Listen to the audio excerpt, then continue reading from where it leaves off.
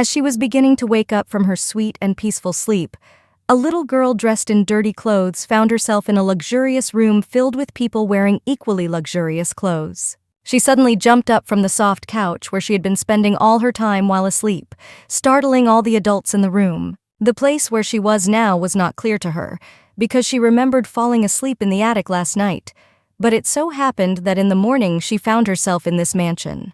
The first thought of her situation as a young child was that she was going to be punished for what she had done.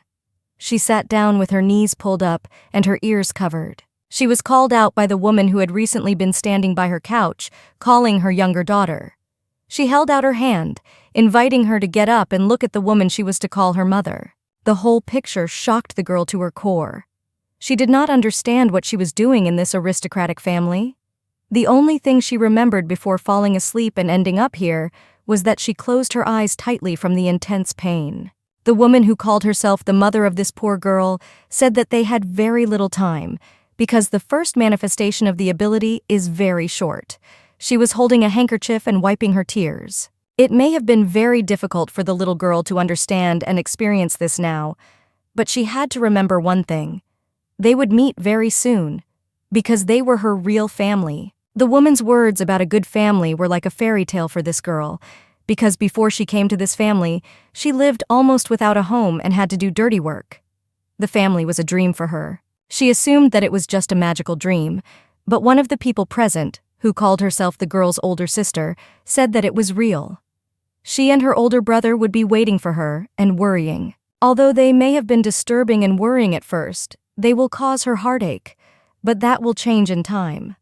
The day will not come when her older sister and brother will love her more than anyone else. An unidentified man, who apparently was not a family member, decided that it was goodbye and eventually closed the girl's eyes and carried her in an unknown direction, ignoring all her screams. The girl's older sister asked the unknown man what he was doing here, as he was supposed to be preparing for the coronation ceremony.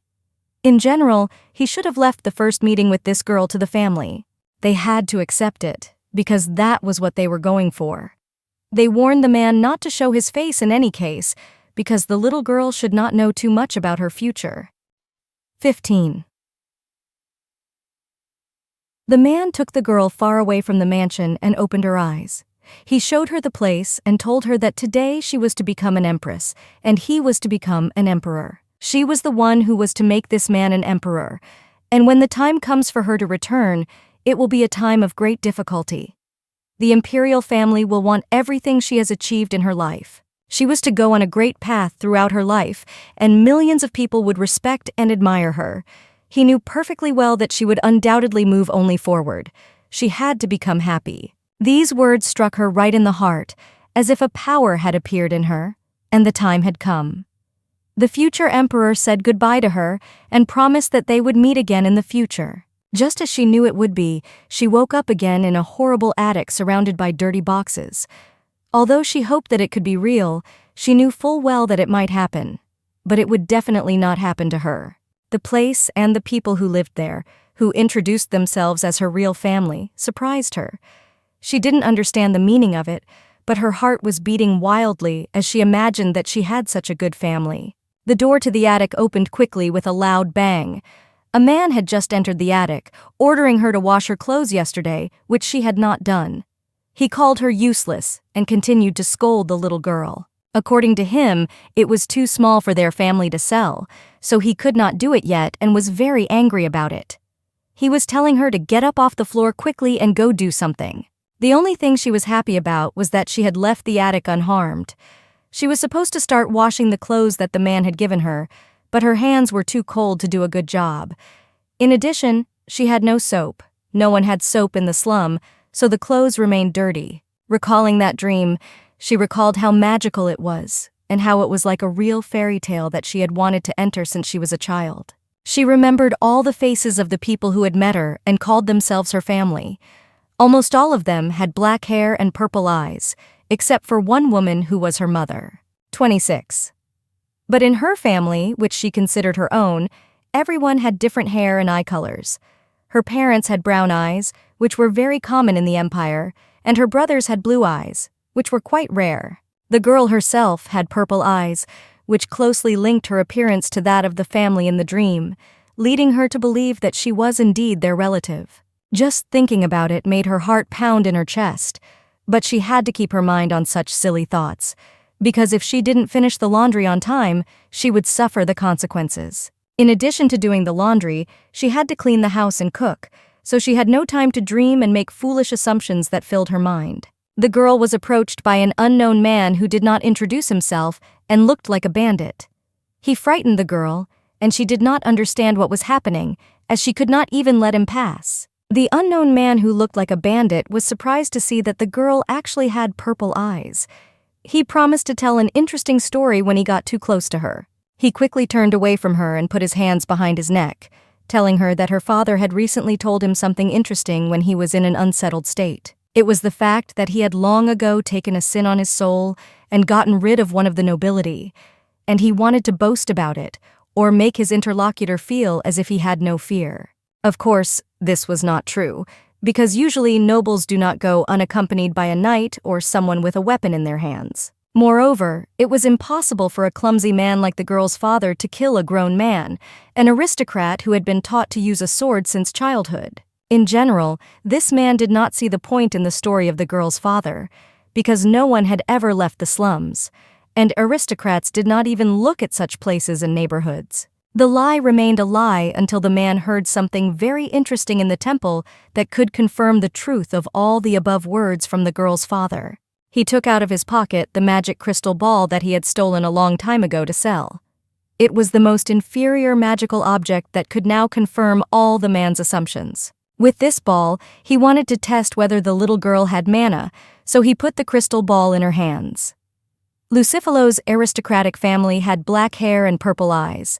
The girl fit this description, so it would be a good idea to make sure she had magic. In Lucifalo's family, wizards were born from generation to generation. The girl thought it was a good thing that she was a witch, because if water came out of her hands, she could do the laundry much faster. The man told her to hold the ball tightly and to imagine it very accurately. It was clear that she did not understand what the man wanted her to do, so she did not release the ball from her palms out of fear. By chance, the man realized that she might not even know what magic was, and that was the reason why she was not able to do it. He decided to make it as clear as possible for her and asked her to paint the ball a color she could choose and imagine. She thought about us, because all she could see in her hands was a transparent ball with a slight blue tint. She didn't think about it long, because the image of her parents from her dream came to her mind, and she decided to choose purple. He encouraged her and shouted at her to try her best to imagine the color.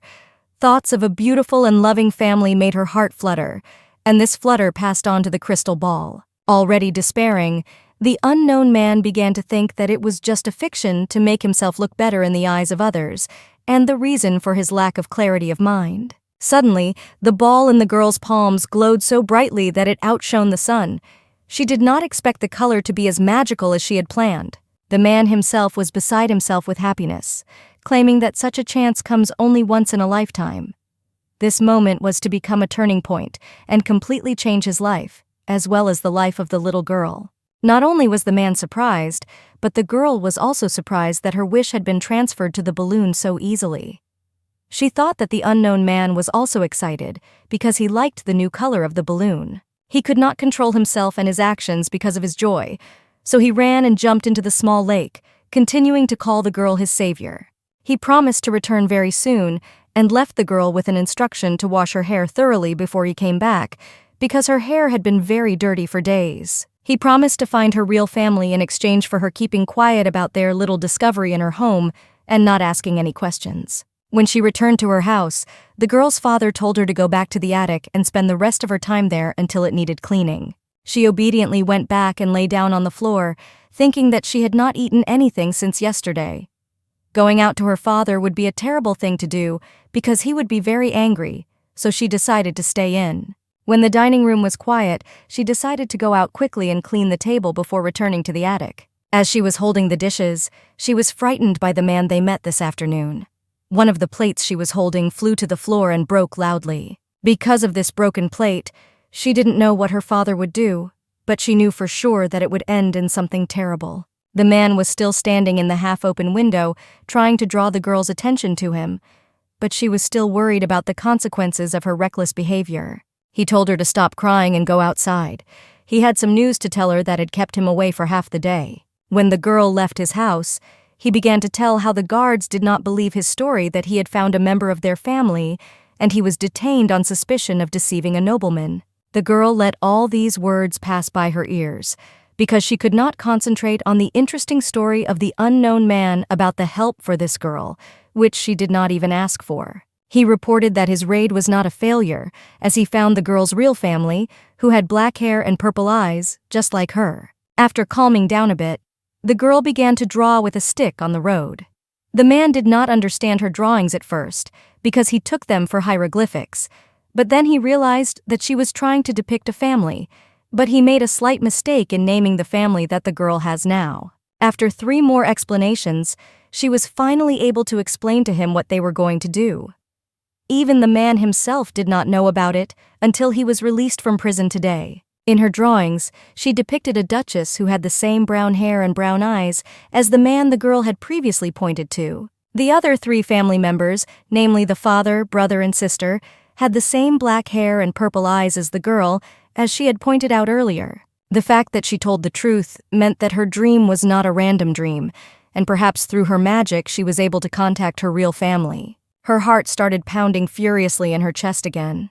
She kept thinking about the broken plate that was left uncleaned on the floor. In this case, the man told the little girl to go look for her real family together.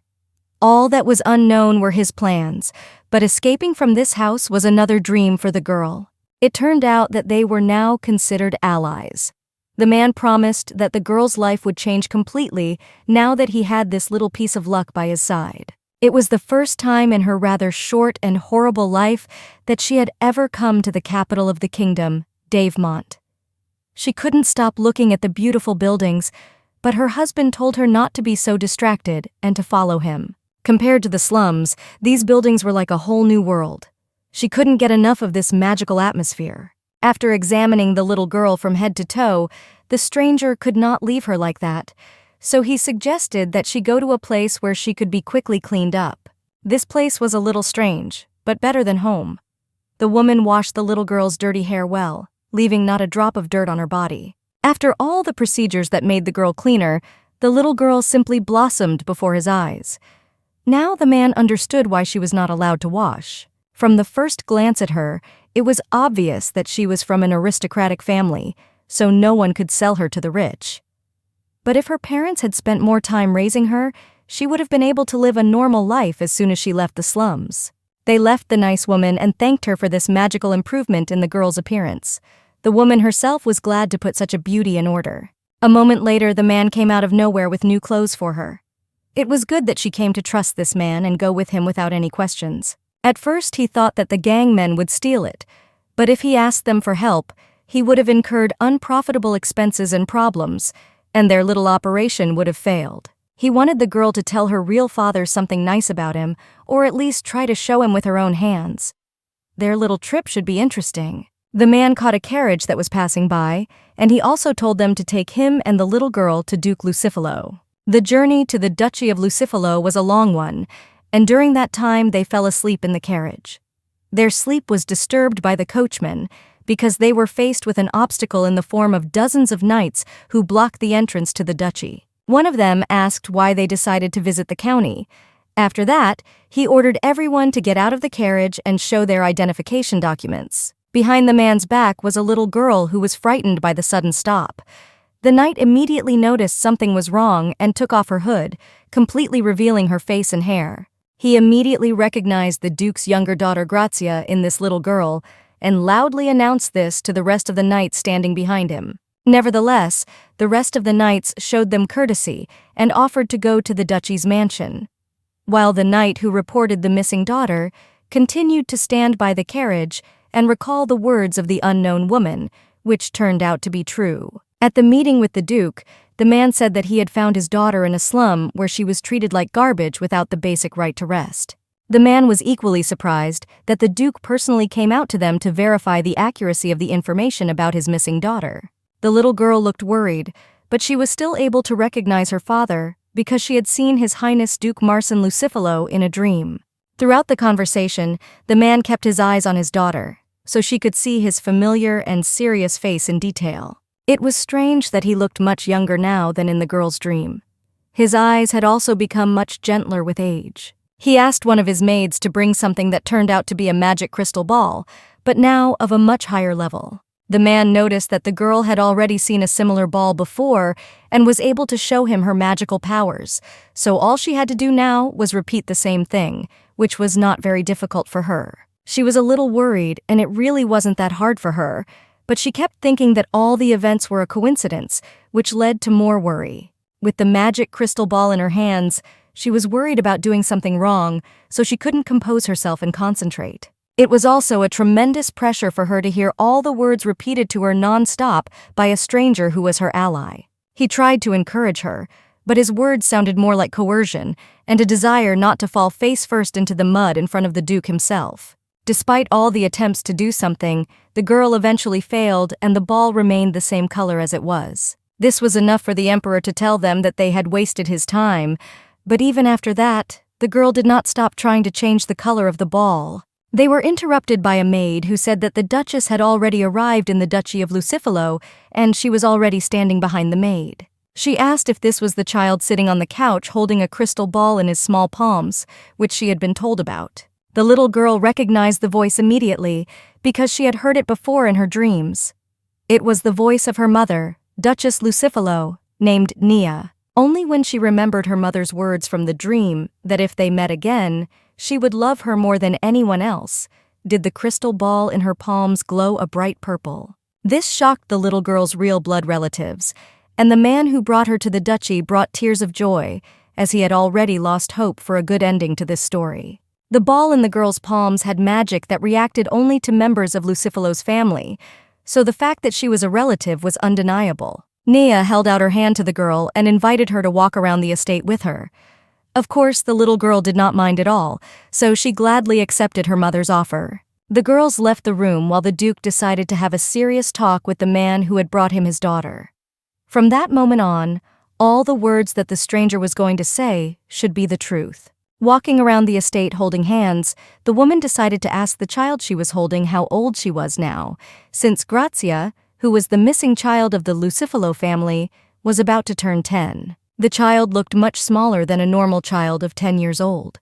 The woman did not know the whole story of this poor child's life, so she had no idea what he had gone through. Recalling her mother's words from the slum that she was tired of everything that had been happening for the last 10 years, the girl realized that it was about her. So it was an answer to a question she could not answer. She showed on her fingers that she was 10, so the woman was very surprised and pleased. Still, Grace's height bothered the woman a little, and she found something strange about the whole situation. The former Duke was tall, as was the late Duchess, but the girl could not put together how their height was related to her. Not realizing that the girl had no idea what she was talking about, she proudly said that the former Duke was her father and the older brother of the current one. It turned out that the current Duke and Duchess were not really her real parents. But now she did not understand why she had called herself Grazia's mother in her dream. When asked if she was hungry, the little girl did not give any answer and continued to look silently at the Duchess, blinking her little eyes. After a short silence on both sides, the woman decided to ask if Grazia could tell her name, which was given to her by the parents with whom she had lived for 10 years. Recalling how her family addressed her, she could not recall anything warm or loving in their addresses to her, so it turned out that she had no name. Then the woman missed that the girl simply did not want to tell her her real name, but she shook her head in disagreement with the Duchess's words. After this answer, Nia asked if the girl had been living without a name all this time. Looking down at the floor, the girl agreed with her words, shaking her head. Nia was disturbed by this, and more than that, she was disturbed by the fact that during their conversation and short walk, Grazia had not said a word. As the girls walked around the estate and had a small talk, in the room they left, the Duke asked the man who had brought Grazia to him how he had found her. The man talked a lot of unnecessary things, but did not get to the point of the case for which he had come here, which irritated the Duke. The Duchess burst into the room, worried. She wondered why the girl hadn't said anything yet, and she hoped that she was just too shy. The man could not find the words to describe the conditions in which she was kept before she fell into the hands of the ducal family. The woman asked him to tell her the truth about what happened to the girl, and then the man said that she used to talk, but at some point in her life she abruptly stopped. The place where she lived all this time and the behavior of her parents had a great impact on her.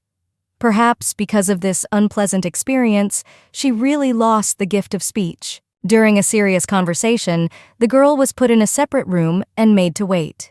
She was curious about what the adults were talking about and what would happen to her life now. Lucifalo's butler entered the room and introduced himself as Gelatin. He frightened the girl, as she did not expect anyone to visit her while the conversations continued in the next room. He placed a cup of tea and sugar in a small plate in front of the girl as she watched in silence, her face surprised. She was not used to this kind of rest. The little girl seemed a little frightened to the butler, but he wanted her to relax a little while she was within the confines of this mansion. The man claimed that everything would be different in this place, that she would finally be able to forget about her horrific past and move on, because from now on, no one would even dare to touch her. He admitted that he recognized Gracia from the very beginning, as he remembered her from the time she was a baby, and 10 years had passed since then. The girl must have been too young to understand everything, but the butler was going to be frank with her, not hiding anything. He said that a week ago, an unknown woman wearing a mask came to the mansion. She did not introduce herself and did not say a word when the knights asked her for documents and the purpose of her visit. She handed them a small bag. Although she looked suspicious, she did not appear to be a threat, or rather, her energy did not. The knights did not hesitate to take the small sack from her to check its contents. Any trace of the woman quickly disappeared when the knights were distracted by the contents of the sack. There was a letter in this place informing that in exactly 1 week, a man would appear on the doorstep of this estate with a small child, who would be Gracia. Also in this mouse was a pendant that belonged to the past head of the Lucifalo family. It was a little strange and creepy, not knowing where this woman got the pendant from. Now the butler understood why he had stayed in this house. After the death of the previous duke and the loss of his daughter, he could not have thought that she would return alive. Gelatin clearly remembered the day of the duke's death, as the entire duchy was looking for him. He was eventually found, but it was too late. That night, when the duke and his newly born daughter went out for a walk, none of them returned to the estate. It was not easy for the butler and the rest of the servants to suffer 2 losses at once. He had already said a lot, and for a young girl like Grazia, it might have been hard to take, so he hurried to end with these words. He was glad that she had finally returned, but that was all that mattered. Now he had to prepare some light snacks for the girl so that she could finally enjoy all the delights of life in the ducal household. She was greeted by a table full of sweets prepared for her by a maid named Rosa. The woman did not know what the girl would like, so she brought her a little bit of everything. Their confectioners were very famous in the empire, so Rosa could be responsible for the taste of each dessert. The appearance of the sweets already looked magical, and the eyes could be saturated with them without taste. The little girl's eyes sparkled, because she had never dreamed of seeing so many sweets in front of her in the near future. She probably hadn't even seen it in her dreams. The butler allowed her to begin her small snack, but told her to take her time and savor the flavor of each dessert so that it would not leave her with a sore stomach. Her eyes sparkled, as did the empty plates that had held the sweets a moment before. She filled her mouth with cakes and cupcakes at a frantic pace. The adults were very worried when they saw this picture, because they did not think that this girl would react so strongly to a pile of sweets, so she could not stop. The butler apologized, but asked her if she had missed a meal, to which she thought for a while and gave the adults 2 fingers. The man was very worried about her, because he thought she had missed 2 meals, but when he saw Grace's slightly confused face, he realized that she had not eaten for 2 days. He felt sorry for the girl and guilty for what had happened to her before. Now he had to fix it, or at least try to fix it. Rosa decided to leave them alone, explaining that she was going to bring tea to young Gracia. She tried to hide some of the sadness on her face for the girl. From the next room came a loud noise from an unfamiliar girlish voice, claiming to want to see the new guest in their home. One of the maids could be heard trying to stop Diana, whose voice was too loud, and also to stop her brother Derzan. They were being rude and impolite to each other because they wanted to enter the room without permission. Eventually, Diana entered. She pointed at Grazia with her index finger and asked why no one told her what kind of child she was.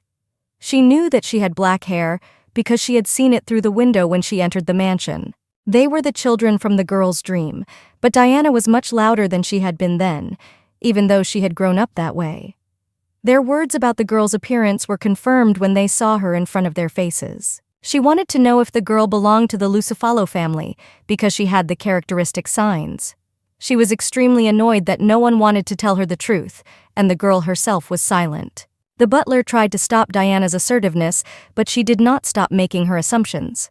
She thought that Grazia was their father's child, but by a concubine. It was wrong to say that because the girl did not know the whole truth. The butler tried to prove it to her, but she continued to stand her ground. She heard from the knights who were gathering outside that the Duke and Duchess were very angry about Grace's arrival, so she thought they had quarreled.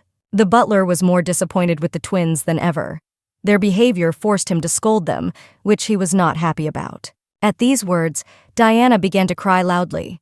She was not used to hearing such words from the always calm and reasonable man who was the butler. The girl decided to transfer all her anger and resentment from the butler to Grace, which caused him to lose control and spill over onto Diana. All she needed now was to find the culprit. She declared Grazia her sworn enemy, and her brother only confirmed her words, but made his own correction and added that she should leave Lucifalo's house, and followed Diana to the door. All this time, the Duke did not address the girl by her first name. His caution was due to the fact that as soon as he called her by her real name, she would officially become Princess Lucifalo. The butler said that she was currently in the guest room asleep. He understood the question and other basic details, but still thought it would be better to call a professional. The Duke did not understand why he had to call a professional, since all the problems had been solved. But the butler said that in addition to physical problems, she also had psychological ones. The Duke wanted to know the butler's personal opinion about the girl. Her appearance and behavior were very similar to the former Duke, so the man was sure that she was his missing child. She did not have the right body composition for a child of 10, but he was sure that everything would change and return to normal when she became an adult. Marcin put the folder with the report documents closer to the butler and said that he had been able to find the girl's former family by searching the slums. Members of her former family were caught and locked in a dungeon. If the report mentioned in the document is to be believed, Grazia looked quite well for a child who had been through such a thing. Outwardly, she does not reject the people around her, but her overly emotional surprise and anxiety were normal in this condition. As a rule, victims of such abuse lose all trust in others and cannot even look them in the eye. In the dungeon, Grazia's former parents tried to convince the Duke that they had made every effort to raise their daughter, even in the face of the terrible conditions in which they lived. One of their sons testified that he had seen the former Duke's pendant with his father. This explained the father of the family's great surprise when the pendant appeared before his eyes. The testimony was verified, and Grazia's identity was confirmed. Everything fit, except the mystery of the woman who brought the pendant. The butler suggested that they visit the church. Perhaps they knew the name of this unknown woman who actually saved Grazia. The man told the Duke that he would like to get help from another butler. Marcin could not let him go, although he supported the desire to be close to Grazia. The butler was to inform the Duke if the girl needed anything, and he would go to the temple to find the unknown. It had been 10 years since he had started searching for his brother's killer, and his niece, whom he thought was dead, was in the house of real tyrants. So when asked by the butler, he could not answer that he was fine. Waking up in a warm bed, the girl did not even notice how she had fallen asleep last night. Her body felt very comfortable in this large bed, but she could not stay in it for long. Recalling the events of last night, when Diana had declared Grazia her greatest enemy, the girl felt her full anger until now. The dream warned the girl to wait a little longer, because the day would come when her sister and brother would eventually love her more than anyone else. She was used to waiting, so it was not the first time for her. So she resigned herself to her fate and promised herself to wait for it. The young girl was called out by the butler, who quietly entered the room where she had already woken up, and thus frightened her a little. The man could not see that the girl was very pleased with the blanket because she was holding onto it tightly.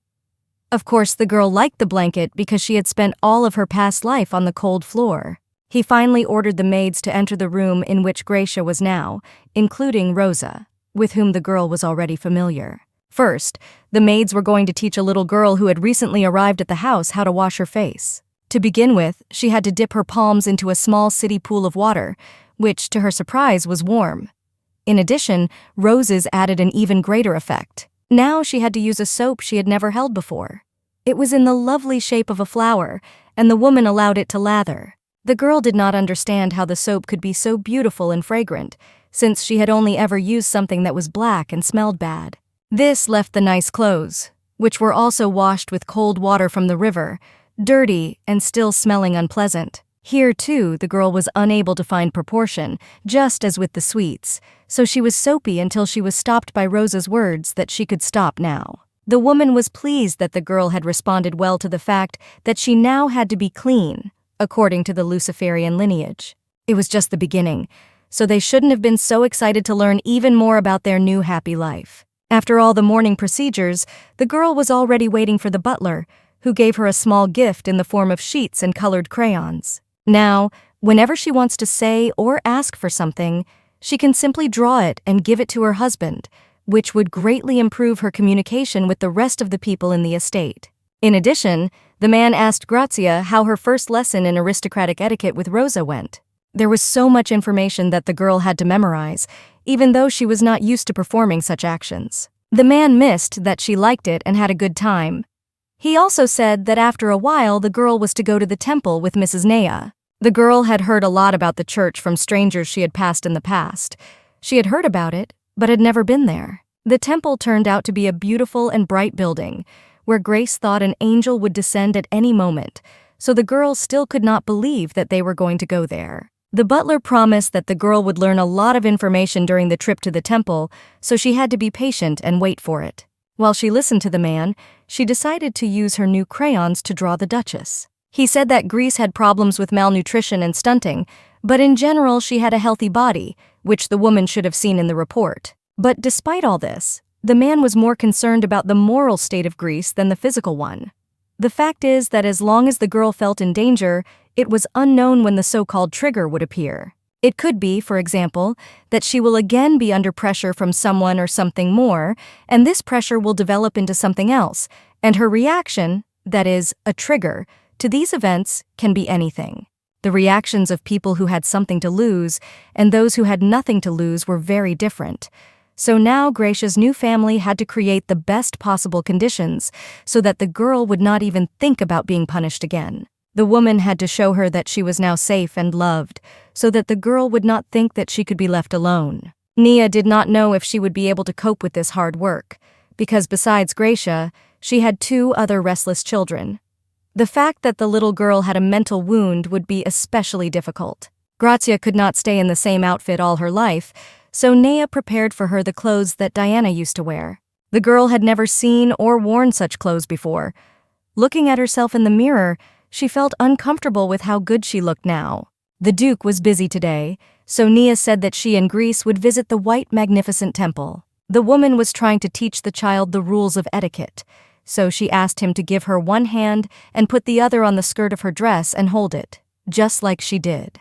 Already in the carriage, the girl sat down next to the Duchess, still a little shy, holding her little palms on her knees. The woman said she had to tell little Gracia something during the trip, and she wanted to start with the goal itself. As she listened attentively, Grace began to understand that in this temple they were to confirm her direct relationship to the Imperial family or to the family of Lucifalo. The reason is that the Imperial family of Davemont and the Lucifalo family have divine powers.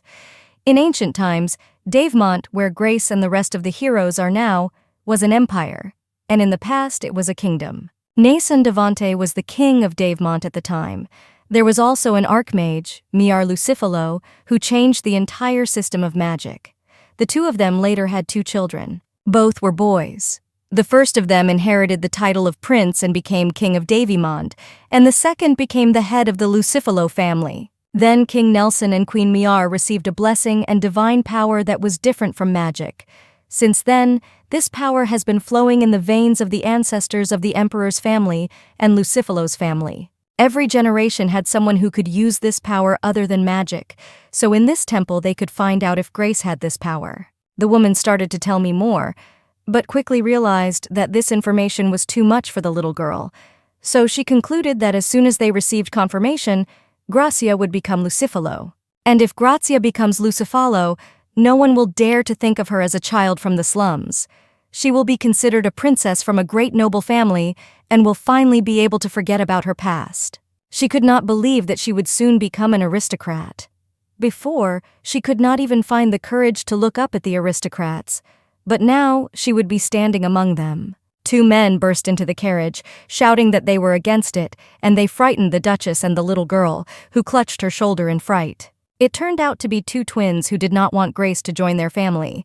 They still held a grudge against her and could not allow her to become Lucifalo. The woman assumed that these two would get her out of the ground and cause her unwanted problems, but they were her children, so she had to know everything. They did not answer how they got to the carriage, because it was important for them to stop the game so that it would not join their family. Diana claimed that her mother was too nice to Grazia, so the fact that they hid in the carriage and waited for a certain time was really necessary. A woman reminded her two children that they were turning 12 this year. They remembered this, but could not connect their birthday with the arrival of a new member in the family. It turned out that if they were to turn 12, they had to be 2 whole years older than Gracia. Nia felt it was her fault because she had not explained it to her children.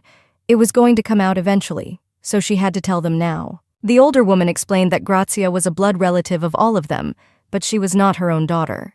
The children thought that Grazia was their father's daughter and knew that this would eventually happen, but the woman simplified all their arguments and said that Grazia was the daughter of their father's brother. The woman summarized by saying that the girl sitting in front of them was the daughter of the former head of their family, that is, their cousin. When they arrived at the church, they were met by Raffle, the archbishop's novice. He was greeted by Nia and her children, and Grace hid behind the Duchess's skirt. They had traveled a long way to be here, so there must be a good reason for their sudden appearance. He also saw a little girl hiding behind the Duchess's skirt.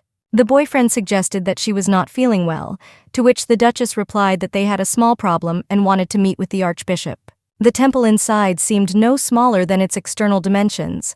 Because of the high marble walls and the elongated arches with windows, it seemed that there was even more space. Raffle knocked on the archbishop's elongated door, informing him that the Duchess of Lucifalo had paid him a visit and was not alone. The archbishop allowed them to enter, and a door began to open wide in front of their faces. A bright light shone from inside the room, and the archbishop himself appeared. It had been a long time since they had seen the Duchess, so he was as glad to see her as she was to see him. They could go into the room and sit down. Everyone took their seats, and Nia introduced Princess Grace. She would also like to test her divine power because she does not know for sure whether the little girl has managed to inherit it. The archbishop stated that even looking at her, he could tell that she was definitely the princess of Lucifalo, because she had all the certain characteristics of that family. He also stated that he could feel her energy and aura.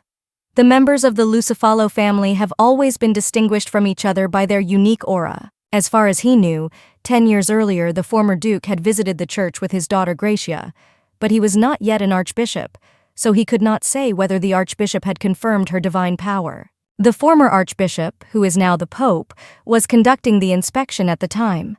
The current archbishop has already contacted him and told him about the Duchess's visit. He apologized for not being able to come in person, but Nia understood that he was an influential person, so he could not just take off and come to them. But the archbishop found a solution to this problem and suggested that Grace test her divine power by asking for her hand in marriage. For just one moment, the girl handed her hands to the archbishop, and after he said that, they began to glow with a bright radiance that surprised everyone in the room.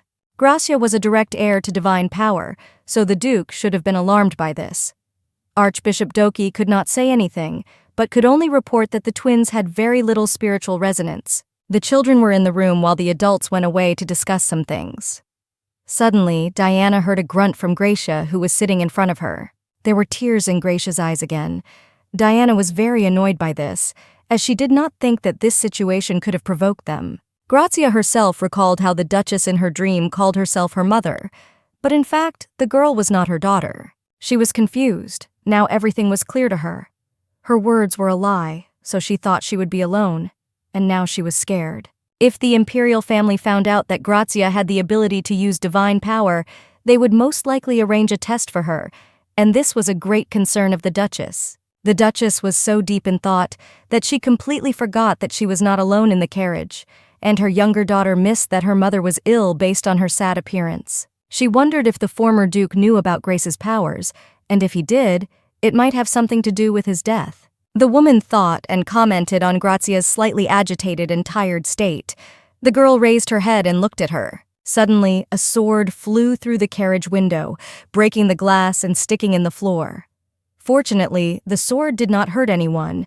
Everyone was frightened and clung to each other. The knights reported that it was an attack, and some of them had to call for help and report the attack to the Duke.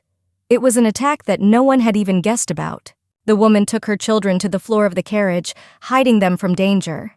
But Grazia sat there, unable to move from fright. She did not hear anything the woman said, because she seemed to have been transported back to a time in her past when she was abused. The duchesses were able to literally pull the girl out of her memories and move her closer to her children on the floor, to a safer place. She tried to reassure the children as well as herself, while thinking about what she could accept so that Grazia could overcome her fear, no matter how difficult it was for her. A knight entered the carriage and told them that they had to leave quickly for their own safety. He tried to remain calm, but still looked worried. There was a reason for his concern, for through the window behind the Duchess's back, he could see a strange object flying toward the carriage. Nothing remained of the carriage after the collision with this object. It was burning with bright flames while the knights were looking at it. Luckily, the woman had time to react and save her children, and another second and they would not have been there. Today, fate was on her side. The knights were attacked by thieves in gray robes and masks.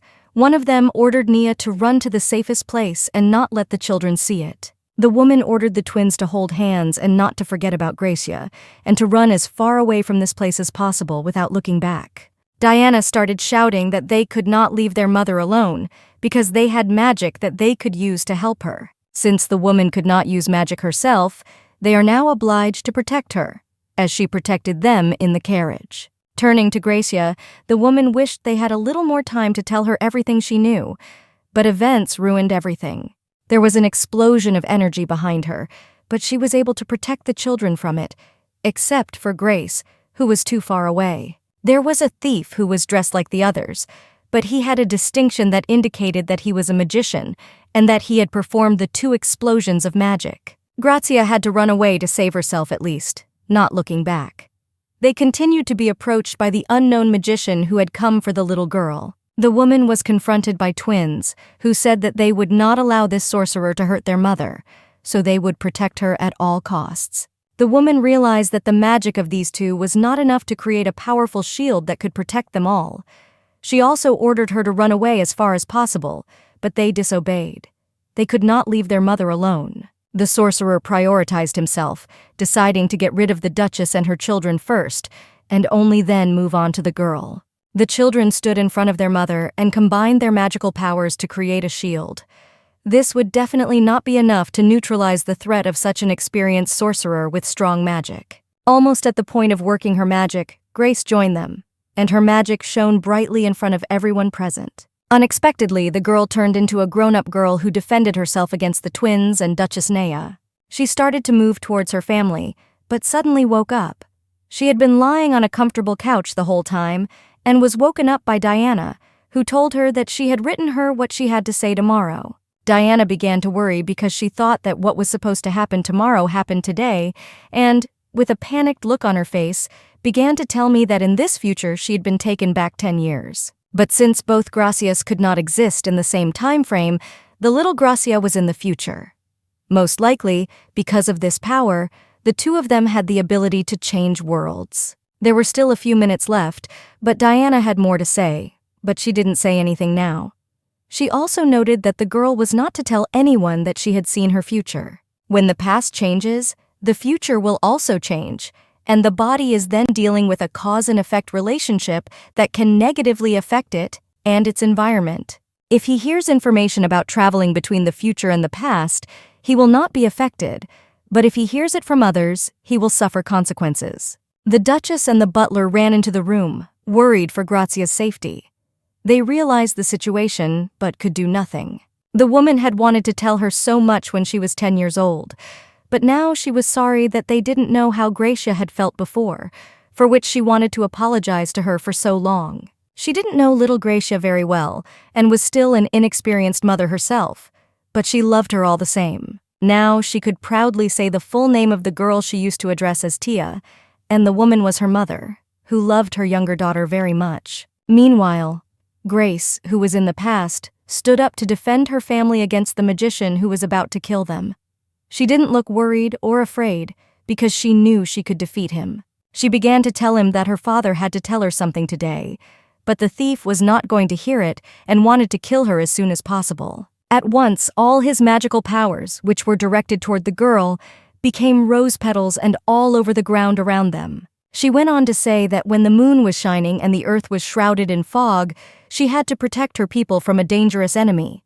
She had to cover the enemy's eyes and make him go astray. Instantly, the man stopped seeing. His eyes turned black, but he did not understand what was happening because he had a protective artifact. He thought that he could get rid of the girl's magic only after he killed her, which he was going to do. The girl noticed a bracelet on his hand, which was the artifact that was supposed to protect him. When she looked at it, she noticed that the thief had engraved his magic on the bracelet. Raising her sword, which was sticking out of the ground, Grace began to defend herself. She injured the thief's arm so badly that he lost his circle of mana. The knights ran up to Grace and told her that reinforcements had already arrived, so she had to hand over the thief to them. She beckoned them to come closer and kept him close to her the whole time. In the end, they took the thief away, and his punishment will not be as mild as he imagined. The girl was happy that she was able to protect her family. She hugged her 12-year-old brother and sister and told them that they were now safe. She called them the best in the whole world because despite their fear, they still protected their mother. After talking to the twins, Gracia remembered the most important person she was trying to protect, her mother. She hugged her and promised her that she would always protect her, and in return, she had to take care of herself. The first aid was provided by a nurse, but the woman should have consulted a specialist to make sure she was safe. The girl told her mother that her powers were that she could move for 10 years, but that everything would return to normal very soon. And now, little Grazia was in the future, in the safe hands of the future duchess and butler, so she did not have to worry. Meanwhile, in the duchy, a conversation was held with the servants. They could not attack because the archbishop had told some people about Grace's divine power. The problem was that the words had somehow gone beyond the temple, but also, how quickly were these people able to prepare for the attack? There were not only specialists, but there were also specialists who followed every rumor. It is estimated that they knew about the future situation of the Duchess and the children a few days in advance. Perhaps they even learned about it 10 years later, which was most likely. The current Duke recalled that his brother had taken Grace to the temple 10 years ago, and that it was obvious that her divine powers had been confirmed there, which led to the potential culprit. One of the people sitting at the table said that the perpetrator primarily wanted to lure those in power to his side and gain power. It could have been someone who knew about the affairs of the former Duke, someone who could have planned the attack in advance, someone who could have bribed the Archbishop, who is now the Pope, and obtained all the information about Grazia, and most likely it was one of the princes.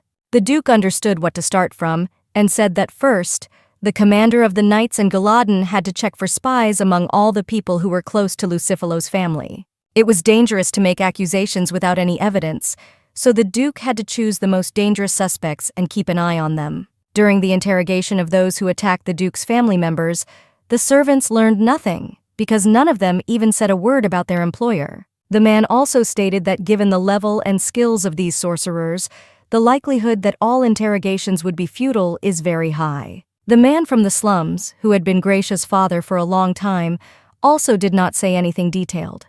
He said he saw the corpse of an aristocrat and a child. He could not leave the child to die, so he took her to his home and abused her. At present, the Imperial family has 3 princesses and 6 princes, so the struggle for power is fierce, as one of the servants also reported. The Duke said that he was worried about the child. Although she was 20 years old, the fact that she did not hesitate to harm the enemy implied that she had participated in battles numerous times. All this time he had hoped that his elder brother's child would live in peace, but now he realized that a great obstacle stood in his way of the future. The butler worked with Gracia to help her speak again. He told her that it was important to use not only her vocal cords, but also to squeeze her lips and move her tongue properly. Eventually, following all the rules the butler had just dictated to her, she was able to utter her first word in such a long time.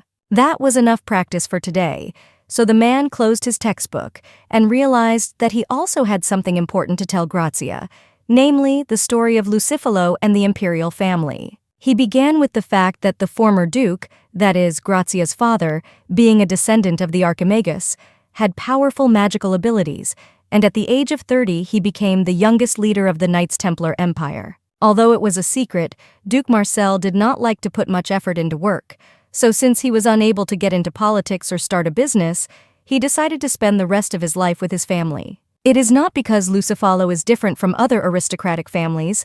They have the same blood in their veins as the Imperial family, but they also have divine powers, so they cannot have such power. This was due to the fact that the princes had begun their hunt, and the girl's guess was correct, so the butler praised her for it. In addition, Lucifalo was on the side of the Imperial family, even if all the aristocrats of the empire were against this decision. But Lucifalo always supports the Imperial family. Listening attentively to the butler's story, the girl wondered whether Lucifalo's family would support the emperor or the princes. The man remarked that it was a good question. The princes were members of the Imperial family, so they needed some support. But the emperor always had the last word. So if the issue is resolved without the emperor's participation, then 261. Suddenly, a sword flew through the carriage window, breaking the glass on its way and sticking in the floor. Fortunately, the sword did not hurt anyone. Everyone was frightened and clung to each other. Lucifalo also has the right to refuse to support any of the parties. Because of this, Lucifalo is not interfering in the fight between the princes. Rosa entered the room and apologized for interrupting this interesting conversation, but had to report that the direct descendants of Lucifalo were about to bring His Highness the Emperor to the palace. The Duke sat Grazia down in front of him and began to ask her questions about how she should act in order not to change her future. She was not to talk about him because it would have a price in the future. In the past, all those who had divine powers paid the price of their own bodies, and those who used these powers the most lost their voice or even their arm. Of course, for excessive use of powers, wizards could not pay with their lives, even if one of them wanted to stop their world for, say, one day, but it was still not a big punishment considering the power that belonged to the girl. For such a small price, the girl would still save someone who was insanely dear to her, so she eventually left her hand in the past. But still, the sorcerers had one privilege, which was related to the fact that the Imperial family could not do anything with their powers. Even if the girl could go to the present and tell everything in 10 years, the princess's interest in her would quickly disappear.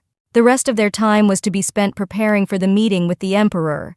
It would be good to have all the family members together, because then Grace would look less dangerous in their eyes. The little girl's clothes for the meeting with the emperor looked perfect.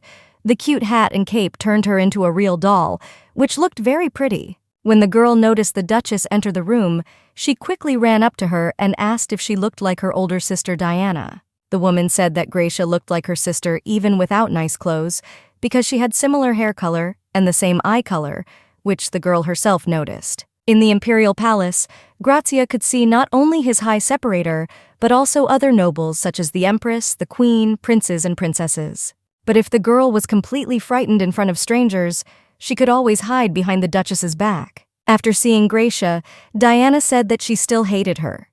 The fact that she had appeared so suddenly in the house should not have meant that everyone had to love her so suddenly. The Duchess raised her voice at her, explaining her evil behavior by saying that she would not allow bad words to be spoken against Grazia, as the girl did not deserve it.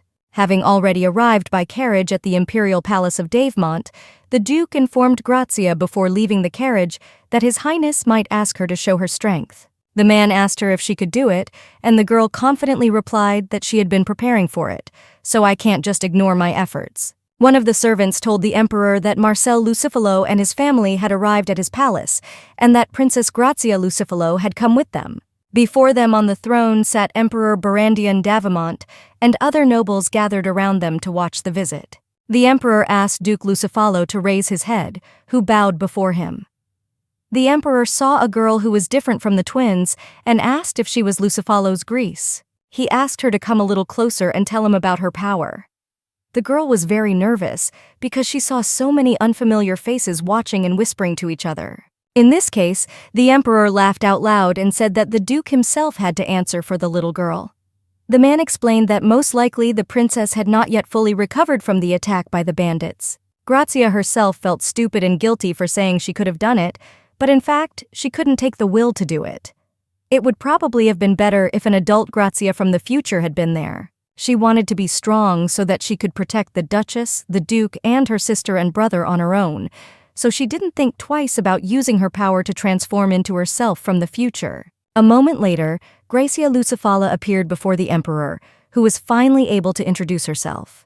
She added to her small biography that she was the youngest knight and sorceress in the empire. Meanwhile, little Grace found herself back in the future. She found herself playing chess with the emperor, who wanted to teach her how to play this interesting game. The emperor burst out laughing again when he saw in the little girl the strength that could carry him for 10 years.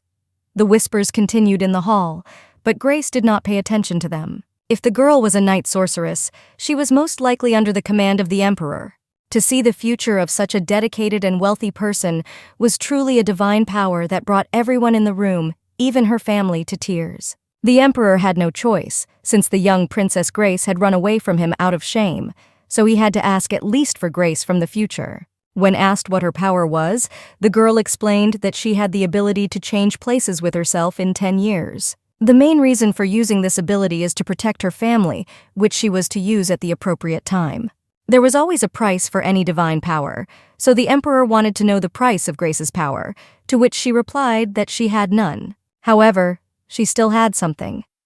Until something from the future is revealed, if she goes back to the past and talks about her future, that past will definitely be distorted, at the cost of this girl's pain. If she feels physical pain even for small things, it is not known what will happen otherwise, because she did not know all the details. She told me that in the future she was to become a knight sorceress. It was indeed a revelation of the future, but if it is an unchangeable part of the future, then it is within the limits of the norm. For the emperor, this was good news and not a problem, so he accepted this answer from Princess Grace Lucifalo, despite the opinions of others. There was one more thing that Grazia from the future wanted to say, and that was that sooner or later she would beat His Highness at chess and would advise him to make sure he had a backup plan. In a parallel universe, 10 years later, little Grace continued to learn to play chess with the emperor.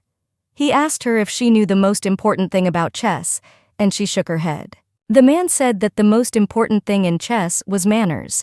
The emperor, who is at the top of the empire and defeats all rumors and slander, certainly appreciated manners. That is why the emperor played only with those whom he respected.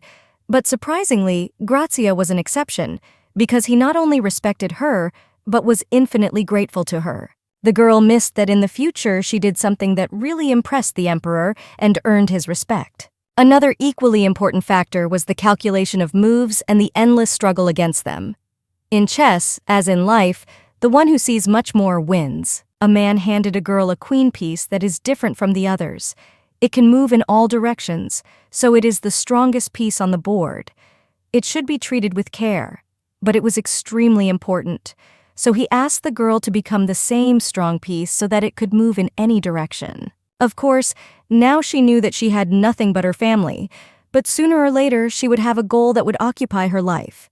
He wanted to help her, but he couldn't do it now, because then she would lose interest. The emperor said that the little child might one day become his friend, with whom she could play chess.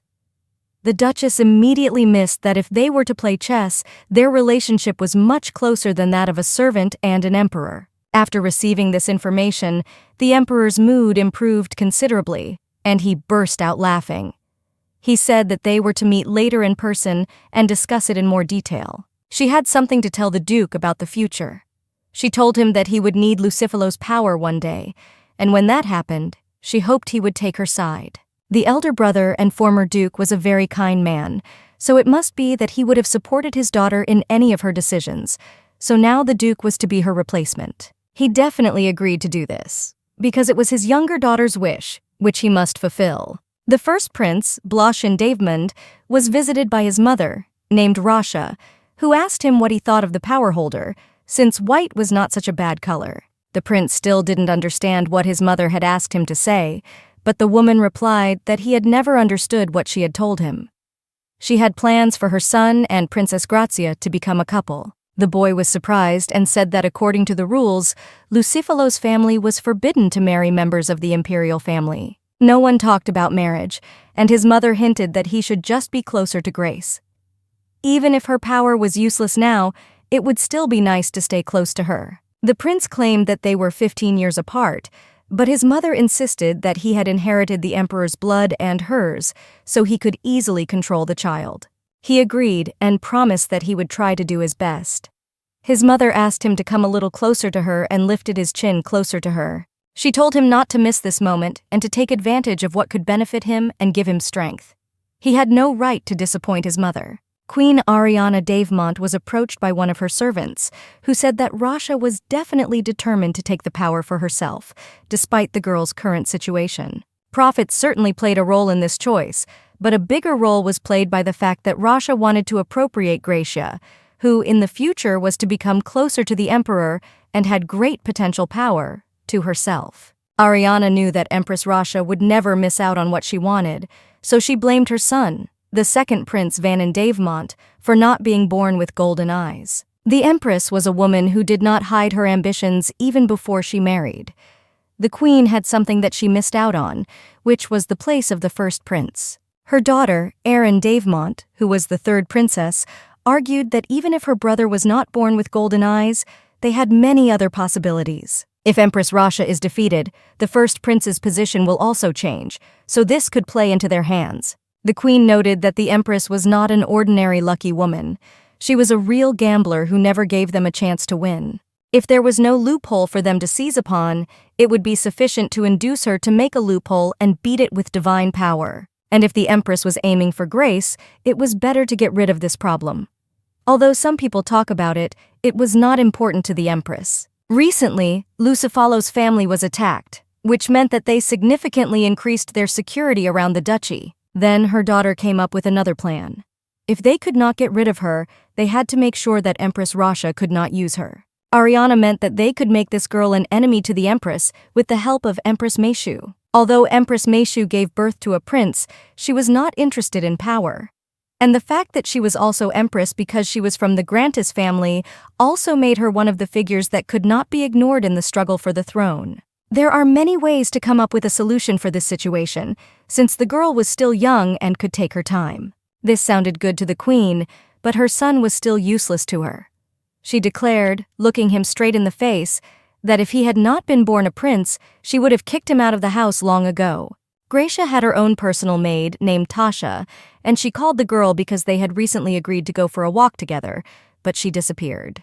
Due to the amount of information and the burden on Grazia, who had only recently started talking again, she had no rest at all, so it was understandable that she would choose rest instead of a walk. Meanwhile, Grazia accidentally dropped her scarf, which the Duchess had given her, on the ice and tried to retrieve it herself, as she thought it had fallen relatively close to the shore. She hoped that at that moment the wind would not blow and carry away her scarf, which she valued very much, but had lost for the second time. She recalled how her mother would tie it around her neck because it was very cold outside, so she should have dressed warmer. They went on this walk together with the twins.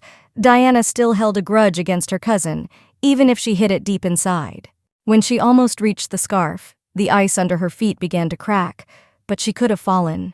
She hoped that the lake was frozen enough so that nothing terrible would happen. The maid suddenly looked toward the lake and saw Grazia. She started shouting at the girl to stay still and not panic, because it was dangerous. The girl did not hear all of Tasha's words and continued to move toward the scarf, because there was only a little bit left. She cautiously got closer and closer and reached for it with her hand. Suddenly, a strong wind blew the scarf in the opposite direction and shook the girl so that her legs gave way and she fell. Tasha screamed in fright when she saw a big hole in the ice where the girl had been, and Grazia fell into it. It was terribly cold under the water, and the girl realized that the wind had knocked her down and she was drowning. All she could do was hope that the knights would save her. Luckily, she woke up in a warm bed and there was a lot of noise around her, which was what woke her up. One of the knights remarked that it was serious because Grace was completely still. All people had an instinct, but she didn't even flinch when she went under. By these words, the man wanted to say that Miss Grace had no desire to live at all. Even the fact that she found people who loved her and became attached to them did not make her want to live. In summary, the knight said that the girl had problems with her instincts that she should be aware of. He suggested that these problems were related to her psyche. Another problem was that Miss Grace had fallen into the lake because of wind magic. When asked if the knight knew who could have targeted the girl's life, he replied that it was Miss Diana. This information made her legs give out, and she barely managed to grab a chair behind her. She could not believe that her daughter was capable of doing such a thing. Grace the maid and Rosa, who were also in the room, immediately ran to her. They tried to support the woman by being there. Grazia's personal maid said that the girl herself had ordered her to keep quiet about something, but now she could not do so, because there was something her mother needed to know. Nea could not even imagine that Grazia was hiding something from her and ordered those who knew about it to keep quiet. Lately, her personal maid has been noticing that Grace has been constantly disappearing things that were very dear to her in one way or another. On her usual walks with her maid, Grazia also often fell and was injured because of this. Tasha thought this was strange, but her thoughts were stopped by the fact that she could not feel Mana in any way. And then she assumed that the little girl herself knew all about it. The maid was sorry that she had not told the Duchess earlier, but now it might be too late. The woman almost fainted from all this information. Even though Grace was feeling very sick, she was still conscious, so she heard the whole conversation. She blamed herself because she thought she was fine. When the girl felt better, she found the strength to get out of bed, even though it was quite late in the day because it was dark in the room. After a moment, she noticed an adult Diana sitting in front of her. It was strange because she hadn't even noticed how she had been transported to the future because of her fatigue and poor health. As Diana touched the little girl's face, she noticed that she still felt a very strange sensation.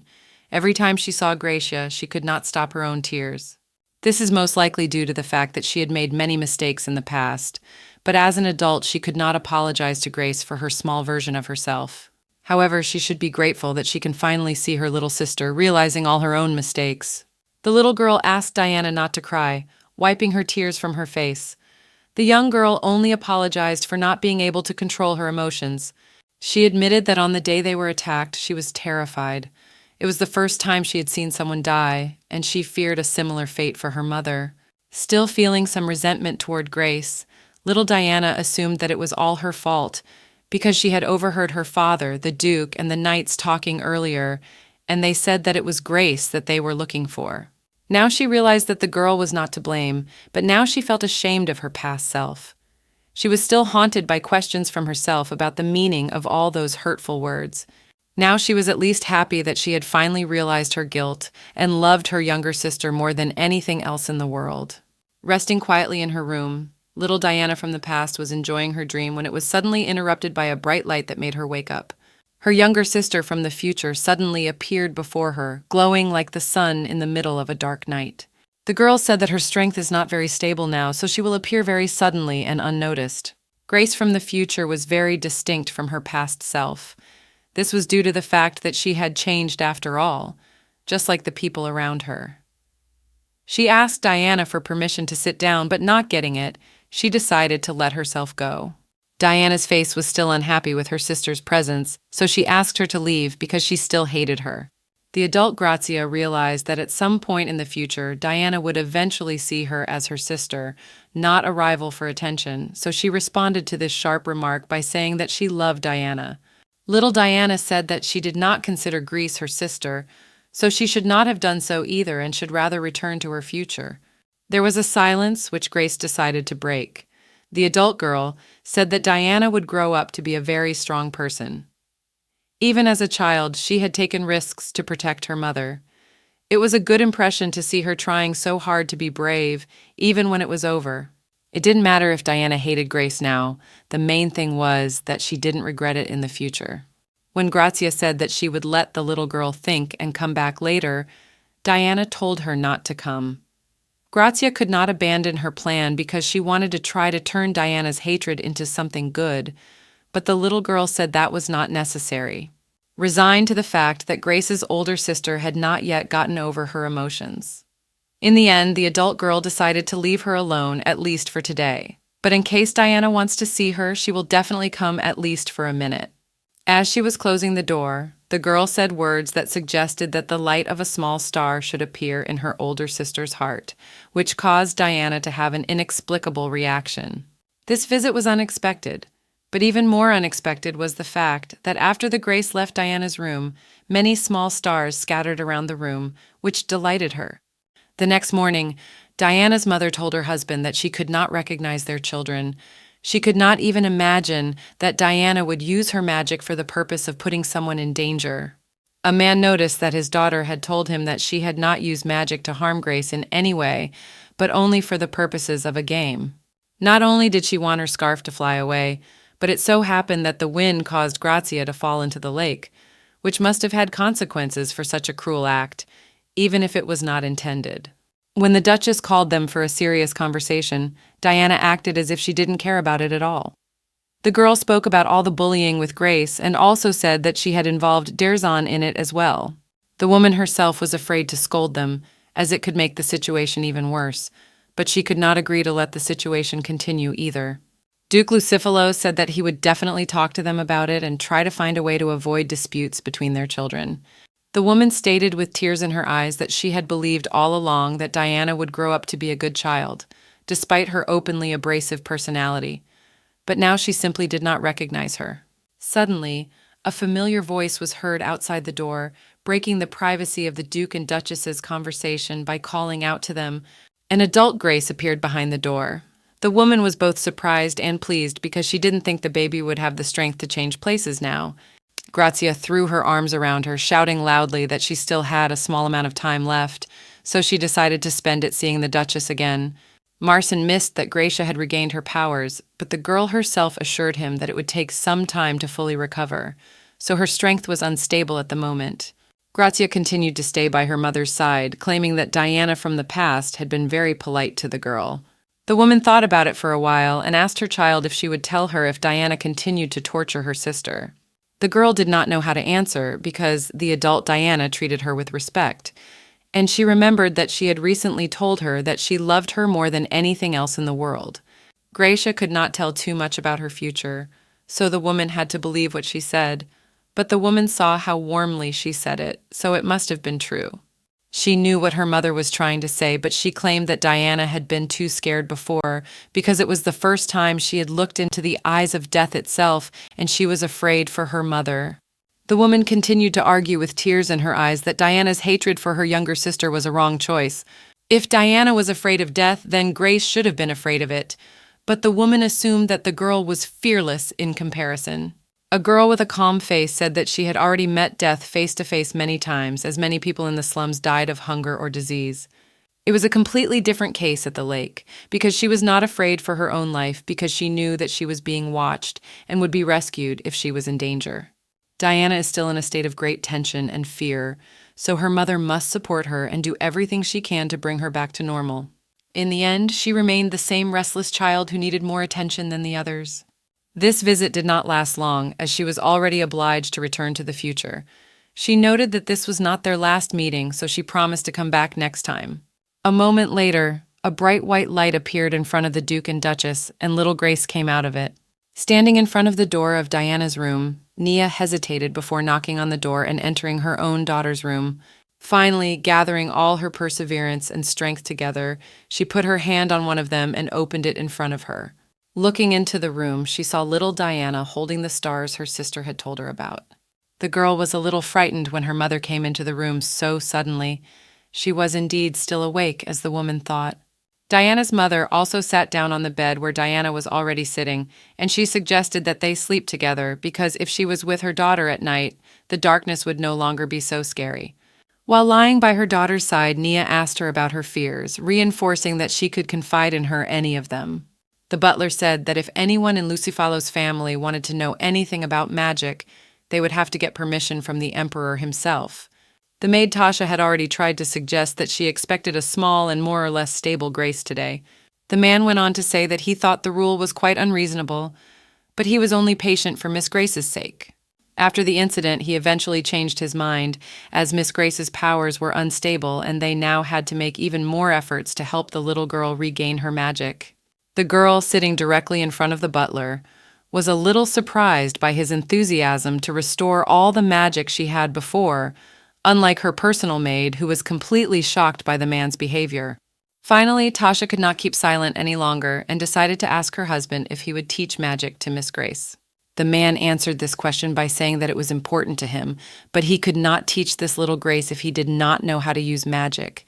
The maid remarked that the butler had recently said that Grazia needed magic, to which he replied that if a person is weak in mind, he must be strong, at least in body. Even if Miss Grace were to be hated by the whole world, it would be no big deal as long as she remained unharmed.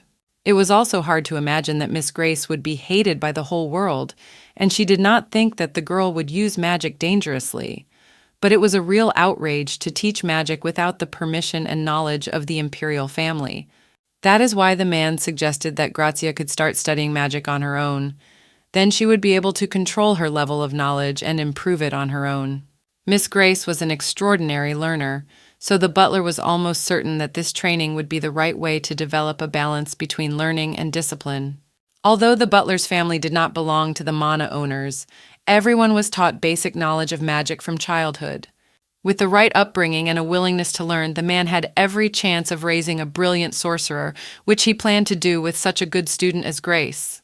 He was holding a thick book, which had most likely been his guide to the world of magic since childhood, and now it was time for the girl to learn the contents of this source of information. This turned out to be what made Tasha feared most, as all factors pointed to this being the same magic training, but without the demonstration. The lesson began. The man began by saying that there were only 3 ways to use magic. The first was the method of using an image, which people use most often.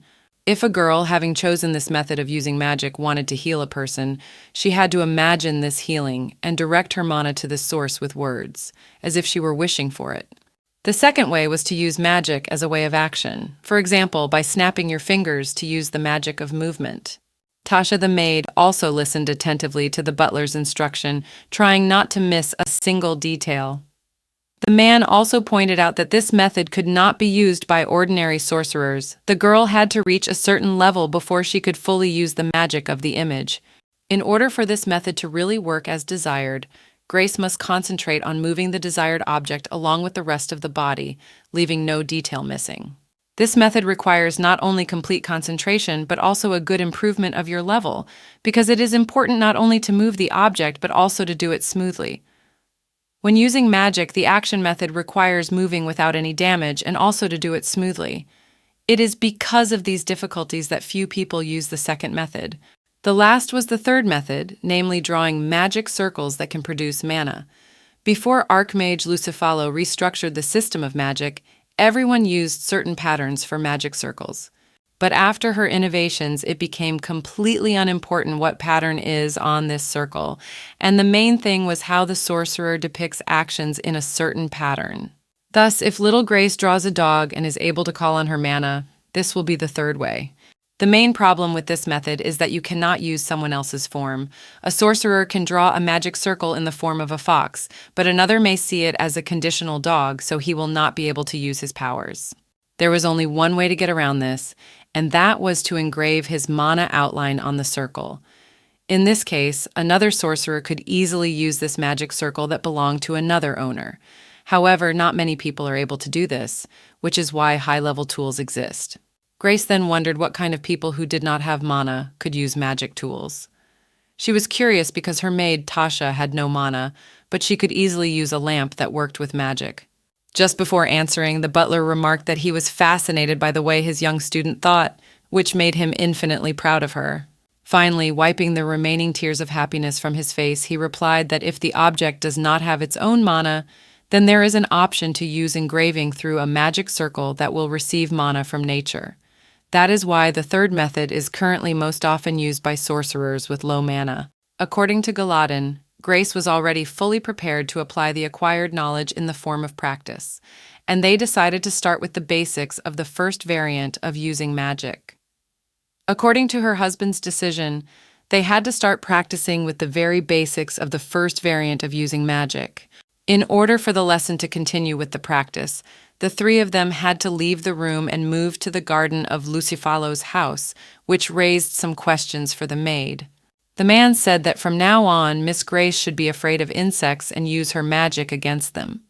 Looking at Gilladin, the girl said that she was not afraid of insects and did not even consider it necessary to be afraid of them.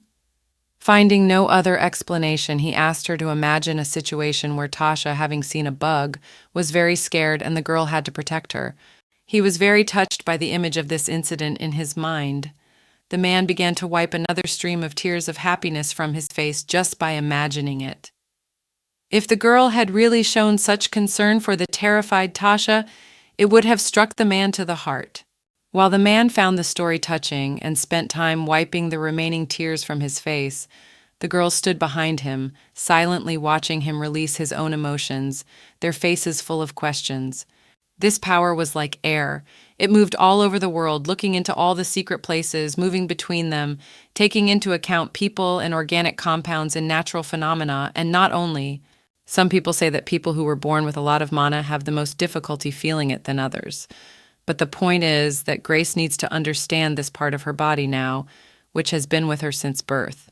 This no doubt sounded difficult, but in practice, nothing was impossible for such a capable girl. She just had to concentrate and try to let this mana into her soul. With her spirit, that is exactly what she was trying to do right now. A moment later, Grazia felt a strange sensation that seemed to pass through her skin, leaving behind a tickling sensation. This was most likely the feeling of that mana, which was almost impossible to describe in words. The man tried to push her emotionally while keeping a safe distance behind her back. He encouraged her by saying that she should only think about what she was going to use right now. He proposed the same situation that resulted in the capture of the bug. As an improvised punishment, the girl had to imagine a fireball. She also had to understand that not everyone is able to do this the first time, even in an unstable state. So she should not give up after the first failure and make several more attempts. She just had to imagine the balloon and say the words out loud as if creating it. Thinking about that particular fireball, she repeated its name several times. All the while, she kept her eyes closed, recalling the memories of that day when she saw that bullet behind her worried mother. Her imagination had indeed materialized. A moment later, a huge fire demon appeared in front of her, slightly larger than she was. It seemed as if it was blocking the entire sky with its presence, obscuring the sun. Everyone around Grace was shocked by her power, with which she was able to bring her mana into the view of the people around her at the first time. The fruit of her materialization was amazing. Not every sorcerer was lucky enough to be able to see such beauty in front of him, not to mention those who had not even reached that point. It was a pity that this little performance was over so quickly, and that the girl could not put her feet back on the ground. Looking around, it was clear that the fire was so powerful that it had taken some of the Lucifalo family's historic garden with it. When he arrived at Duke Lucifalo's room, he wanted to hear Gilladin's own words confirm that he had actually taught the little girl magic, even though he himself had no clear idea of the potential for failure or threat. Marcin's expression showed that he was dissatisfied with this kind of teaching by someone who was not entirely competent in the field of magic. He could not even imagine that such a responsible person as his butler would be able to do something like this. Although the man looked quite calm in comparison to the maid and Grazia, he was nevertheless worried. He did not have to visit the Duke every day because of his own responsibility. Marcin could not understand what Gilladin was thinking. The great fire had swept away the houses of the nobles closest to the emperor, so it was only a matter of time before it reached the ears of the imperial family. Greece's magical talents were incredible. The Duke had to hope that the girl would not be inclined to use her powers in anything aggressive, because the purpose for which they were created was exactly that. It must be that it was not only her mental problems, but also the noise that would be made around her as a result of this incident. From this day on, Grace was a genius, so if anyone asks them how they knew this, they must answer in a few words, without adding anything else. And in the future, they must never mention this day or the fact that Gilladin had taught Grace. If anyone asked Grace about the big fireball, she would say that she had only copied the sorcerer who had attacked them that day. She could also add with all confidence that she wanted to be as strong as him. The genius remained a genius, namely someone who easily does what others have tried to do 100 or more times. It did not matter from whom she learned that she was a genius of magic. It was enough that she decided to make every effort to use her abilities. Now they had to go to the palace. It would be better if they were the first to inform the emperor of the sudden appearance of an impressive Greek force. Suddenly the girl broke the silence she had been keeping all this time while listening to her father. She said that she wanted to become stronger than the sorcerer so that she could protect her mother the next time. The Duke, with a warm smile on his face, said that she had already been able to do so, even though she was that Grace from the future. Grazia realized that she would become stronger in the future, but watching and waiting for it was too long. That's why she decided not only to hope for a happy future, but also to improve the present to make sure that the future would also see changes in her physical and mental state. The man said that it would be better for the young girl not to worry about who she had to protect. She should only think about how to prevent this situation from happening so that she would have to do it. The Duke concluded that if she made an effort right now, she could be completely different in 10 years. But now they did not have time to analyze every little thing, for they had to go to the Imperial Palace and report on the new achievements of the young sorceress. For the second time, the girl found herself in front of the large, bright doors of the Imperial Palace, but this time she was not accompanied by her parents, but only by the Duke and the butler. She was delighted, even though it was not the first time she had seen this bright light, but now there were other people with her, fewer than the last time. Entering the door, the girl saw the same hall she remembered from the last time. The Duke immediately bowed before the Emperor and lowered his head, introducing himself as Marcel Lucifalo. The Emperor's voice echoed through the vast hall as he allowed the Marseille to lift its head, revealing a view of his long-ago face. The Emperor's first question was how the Duke felt after burning the garden that his ancestors had tended for many years. The little Grace's face instantly became surprised, for she had not realized that this garden was really so important in her family's history. The Duke, in his defense, said that he knew very well that the Lucifalo's home was also of great importance to the Emperor's family, and he knew that he was responsible for its preservation and maintenance. The Emperor wanted to hear Marcel's story about this particular garden fire. He replied that his daughter Grace decided to try to use her magical powers, which she saw during the attack, and accidentally materialized much more than she had planned. The Emperor suddenly stopped the man with a single gesture and said that he had already listened to the Duke himself, who said that he was overprotective of his child. Whatever the Emperor says right now will not be of a relevant nature, so Grace will be able to tell her truth to try to lessen the consequences. The Duke could not but agree with the Emperor's request, so he could only step back and give his daughter room to tell her story by pushing her forward toward the Emperor. After the last visit to the Imperial Palace, the girl was very worried because she thought that she would have to fall on her face in the mud before His Highness the Emperor again and ask for help from her future. Eventually, after gathering all her skills and knowledge together, she came one step closer to the Emperor and said that she had never imagined that she would be able to use magic so easily, so this incident could be called her childish indiscretion. Behind her back, she could hear whispers from other aristocrats who were also present at this visit of the Duke and his daughter to the Emperor. Everyone was probably shocked by the girl's statement, as they already had enough information that the princess had publicly traveled through time, and now she also had amazing powers. Although they were whispers, there were too many of them, so they easily turned into noise. In addition, the picture hanging next to the girl made her worry that she might have said something wrong. Looking at the nervous face of the Duke of Marseille, she did not understand his exact reaction, because it seemed to be frightened, but as if she had said everything they had agreed on earlier. The Emperor wanted to clarify with the girl whether she really just wanted to try to use her powers only, to which Grazia could not answer in the negative. This was not the end of her answer, and she also added the words that they had also previously discussed with her father for wanting to copy the magic of the sorcerer who attacked them. The Emperor knew that using magic was not an easy task, especially for a child of that age, so he assumed that Grace had some sort of mentor or teacher. Instantly, the girl realized that from now on she would have to lie and carry this lie with her, because according to her father, she could not tell the Emperor or other people that Galadin had taught her magic.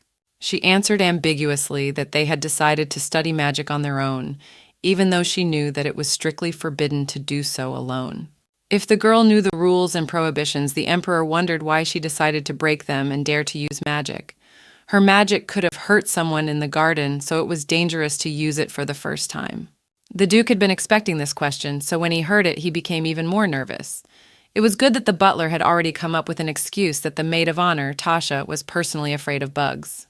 Based on the plan she had already prepared, the little girl continued by saying that she had just thought of using magic to defend herself, but she did not know what she could do with it. All this dialogue between Grace and the emperor was watched by the queen, who was trying to find a lie or something similar in the little girl's words. Unable to watch this conversation any longer, the woman finally spoke.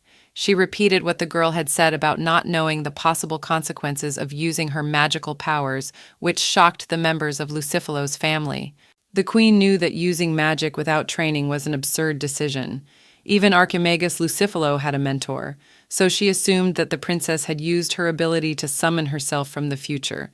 The girl was nervous, but she reacted quickly and defended herself. Even without relying on her own lies, the present situation took place without calling in Grace from the future.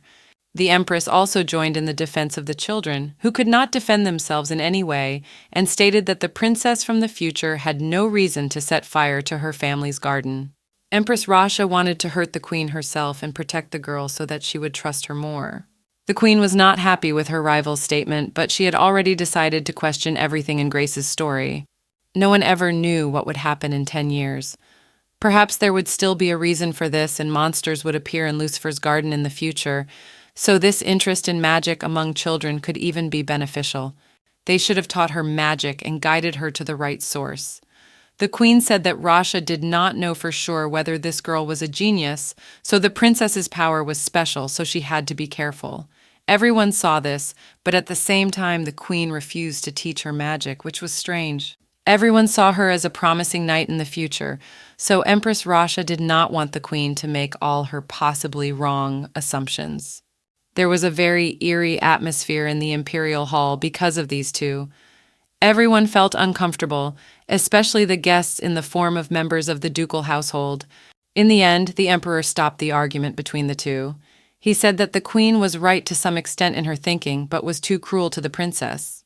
In turn, Empress Rasha had to admit that she had been too rude to the queen and apologize to her. If anyone had any other suggestions or a different point of view, he had to speak up right now, saying it to the emperor's face. One of those present in the audience stated that she thought it was necessary to check very carefully the information provided to the emperor by the princess. She clarified that she wanted to see if Princess Grace could use her magic. It was better not to put it off and test it in the near future, and then judge who was right and who was wrong. If the girl cannot prove that she does indeed have active magical powers, then the true intentions of the Lucifalo family will have to be determined. If they simply turn a blind eye, they should be found guilty. If the princess really dared to lie in front of His Highness the Emperor, then this must be a serious reason for veiling her words under a thick layer of lies. It should also be borne in mind that the girl had some mental problems, so all her words should be confirmed by a thorough check. The Empress Rasha immediately took sides and fully appreciated the assumptions of the unknown, as they were of the right disposition, as she believed. The queen was about to object to the words of the girl in the audience and the empress's confirmation of them, and she thought it more appropriate to check whether someone had taught the princess magic or not, but the emperor stopped her. He stated that he had already listened to the queen's opinion and postponed the princess's magical training. This was done not to check her psychological health, but so that she could recover from the attack. His Highness also noted that just a moment ago he had said that he personally did not intend to be too harsh on the young princess. Of course, magic is a dangerous force, so Grace needs to be trained so that she can control her own powers. But if we look back at history, no wizard has ever been completely safe. By stopping at these arguments, the queen could not do more than simply apologize for her rude and overly annoying behavior and her desire to achieve her goals. The emperor also noted that small children can harm someone without any evil reason. Grace was a living example of this. When it came to magic, the princess was no different from a newborn baby. First of all, the emperor wanted to see the knights of the magicians to test Grace's magic, and then they could talk about the girl's education. Behind the members of Lucifalo's family appeared several dozen knights, magicians, who had arrived at the emperor's palace on his orders. The emperor asked them to teach the princess how to use magic that would not be dangerous to her and her family. Suddenly, the princess was approached by a stranger who said that she was glad to finally see Grace with her own eyes and introduced herself as an imperial knight-errant named Chen. After a moment, Sina held out one of her palms to the girl, asking if she had ever seen fireworks. The girl replied that she had never been to a fireworks display before, but she added that she had seen stars. Sina went down to her head level and invited her to make stars together.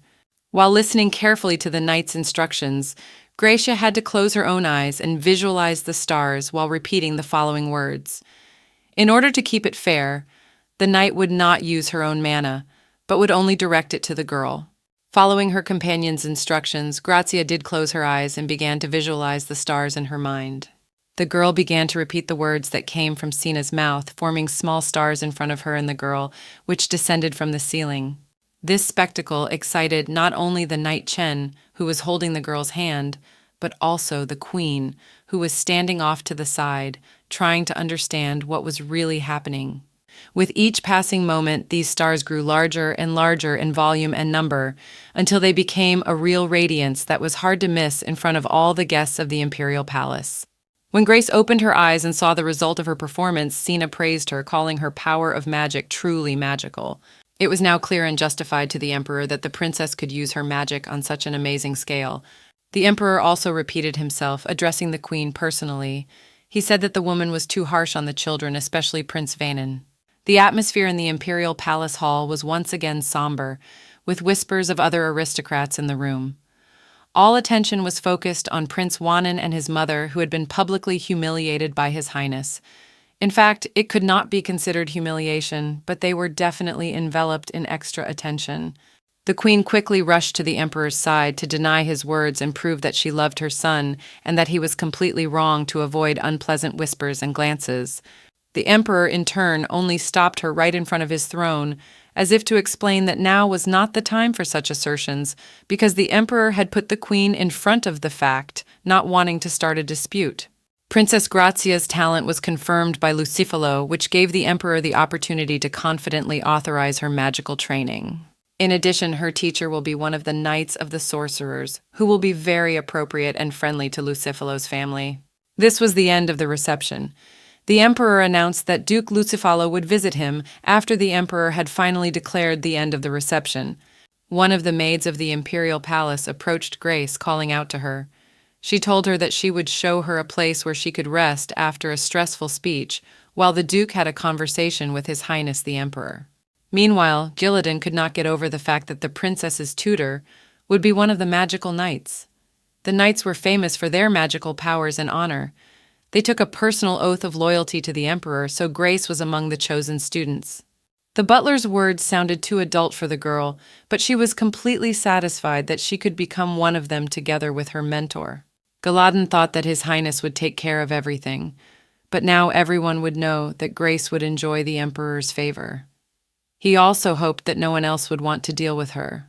Analyzing her situation now, Grazia was completely satisfied that she had gained the favor of the Emperor, which gave at least a minimal chance that the thief would think twice before laying a finger on her family, if he dared to do so at all. For a moment she missed that this goodwill might, in the future, develop into a friendly relationship with the Emperor, which she had already seen in one of her memories from the future. Suddenly the girl became interested in the Emperor's words that the queen was too strict with the children and she wanted to know their meaning. The butler was about to begin this short story, but he was interrupted by a voice that had previously been heard within the imperial hall. They were met by Empress Rasha with her son standing behind her. She interrupted Gillidan by saying that she wanted to tell the Grace personally. In a personal meeting with the Emperor, Duke Lucifalo risked saying something rude, but he also wanted to be honest with him. Although the man understood the absurdity of what was said, he hoped that his daughter would not participate in the struggle for the future throne. The emperor said that this was a principle, because princesses who did not care about the imperial throne could not miss the opportunity to compete for a luxurious life for themselves, or at least some. After these words, the Duke said that Grazia was not a member of the imperial family, but the Emperor noted that the attackers would not care about her family tree at all. The Duke knew that His Highness was not involved in the struggle for the succession to the throne, but he already wanted as little attention to be paid to Grace as possible. Unfortunately, this was no longer possible, because in front of many aristocrats she had gained the Emperor's favor. This was to make her life like a crystal, not easy to get and easy to break. After a short pause in their conversation, the Emperor said that he thought there was still a point in which the Duke was mistaken. Marsin himself did not understand what His Highness was trying to get at, so he decided to ask him about it with a question on his face. To this, the Emperor said that he was not the first to show his affection in a relationship with Grace. He recalled that a princess had once done so for the first time when she declared that sooner or later she would beat him at chess. Also remembering this, the Duke became a little nervous since he had no idea what his daughter was thinking at the time. Looking at the Duke, His Highness the Emperor said that the princess's fate had been difficult since childhood. Perhaps this meant that she would have to face many more setbacks in the future. Because she had gained the Emperor's favor, it was me who made her a little more insidious, but not much. He still realized that it was not easy, but he wanted the Duke to eventually believe in her. But the man said that he still had room in his heart to share his concern for his children, so he could not rely entirely on hoping that Gracia would choose the right path for herself, because he was her support. He was the one she had to listen to before making a significant choice. However, the man decided to ask His Highness if he had thought about the next heir, but he replied that his children were too young to carry such a burden on their shoulders. He was also a father and understood how the Duke felt. Until then, despite all the vassals who wanted to know the answer to this question, His Highness remained silent. The Duke still could not understand the Emperor's true intentions, but he felt the sincerity in his words. He wondered why the Emperor had called him to this meeting. His Highness stated that he wanted to inform him that the Kingdom of Brindle had begun to show interest in Princess Grace. Meanwhile, Galadin and Gracia also had persistent guests who were very insistent on continuing the conversation, not backing down a single step. Sitting down opposite the Emperor's family members, Grazia waited to hear the Queen's story from Empress Rashi and ultimately the real reasons for their visit. The girl greeted the Empress and her son, the first Prince Blasian, recalling that earlier in the last lesson, Galadin had mentioned that when greeting, it was necessary to say the first prince before the name.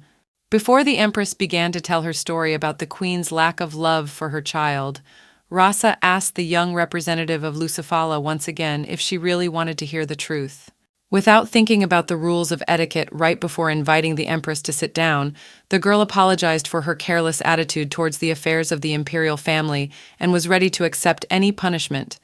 Rasha herself said that the girl should not worry about this, because it was not her competence to punish her for her interest in the affairs of the empire.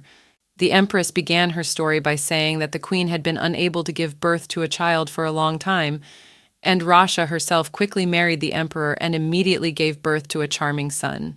This son was the first prince of Blasian, the real pride and literal weapon in the hands of Rashi, who is now standing right in front of the princess. Perhaps the Queen's anger had something to do with it, but although His Highness postponed the matter, a crown prince would have to be elected in the coming years, no matter how hard he tried to avoid it. Analyzing all these words, the girl immediately recalled Galadin's lesson, in which he said that the second prince's talent was less developed than the first. At this rate, it will turn out that the Emperor will choose Prince Blasian as the crown prince based on his abilities. But the problem was that once Blasian became the crown prince, it would be the new beginning of the end for the other princes and princesses, because Empress Rasha would no longer be so kind to them and would not leave them alone. Now Grazia understood at least roughly the provisions of both principles and the meaning of the words the Emperor spoke to the Queen. Rasha also continued her story and said that she could only worry about how the Queen treated Prince Vanin. For the same reason, she constantly reminds the woman to treat her son as a human being. The Empress also informed her personally, for the sake of Grace, that she should not forget that the blood of the royal family was noble. Grazia also has imperial blood in her veins, so she deserved this conversation she was having with the Empress. In addition, after the Emperor's words and her own personal opinion, which had been formed during the entire time Rasha was in the same room, she could dare to declare with Grace that she was now favorably disposed toward the girl. The woman did not want her words in defense of the little girl to be a mere soundbite for her, so she told her not to forget today's good deed. While the girl was no less nervous, Gilladin was more worried about her decision, because he could not advise her, and she could make a terrible mistake at any time. At the appropriate moment, Empress Rasha was called by the Duke. Their conversation with the Emperor was over, so he was on his way back to the butler and his child to head for Lucifalo's apartment. She greeted the Duke with a wicked smile on her face, but he did not return the favor. He got straight to the point and wanted to know why Rasha had come to Greece, but she quickly replied that she had to get back to her business. She said goodbye to the princess, saying that this was not their last meeting and that they would definitely meet again. When the Empress finally left the room, the butler was able to breathe a sigh of relief. After Rashi's visit, there was literally nothing alive in him, as if he had instantly become empty and burned out. He told the Duke that when Rasha almost touched the little princess's hand, his heart jumped out of his chest and he almost died, and the Duke wondered what the Empress had said to them. From all the words, Gilladin understood that the Empress was involving Grace in something secret, and she told him not to forget her good deed today, and that she remained on the side of Greece. Most likely, Empress Rasha sided with Gracia in order to contradict the Queen's opinion, and only because of this. Based on these words, Grace should not be grateful to Empress Rashi for her actions. A large number of people in the palace are looking for their own benefit in everything, so the girl should remain vigilant. When they finally returned to Lucifalo's house, the girl immediately threw her arms around her mother. In turn, the Duchess asked how everything went and what the Emperor had said. The girl said with a joyful smile that everything had gone well and that the Emperor had allowed her to study magic. Behind Grazia was also the Duke, who knew more than the girl and wanted to tell his wife. When Nia wanted to know what the problem was, the Duke replied that there was a small problem, but they had to discuss it right now. The girl was a bit upset because she wanted to spend more time with her mother, but apparently this problem was really important, so they had to solve it right now.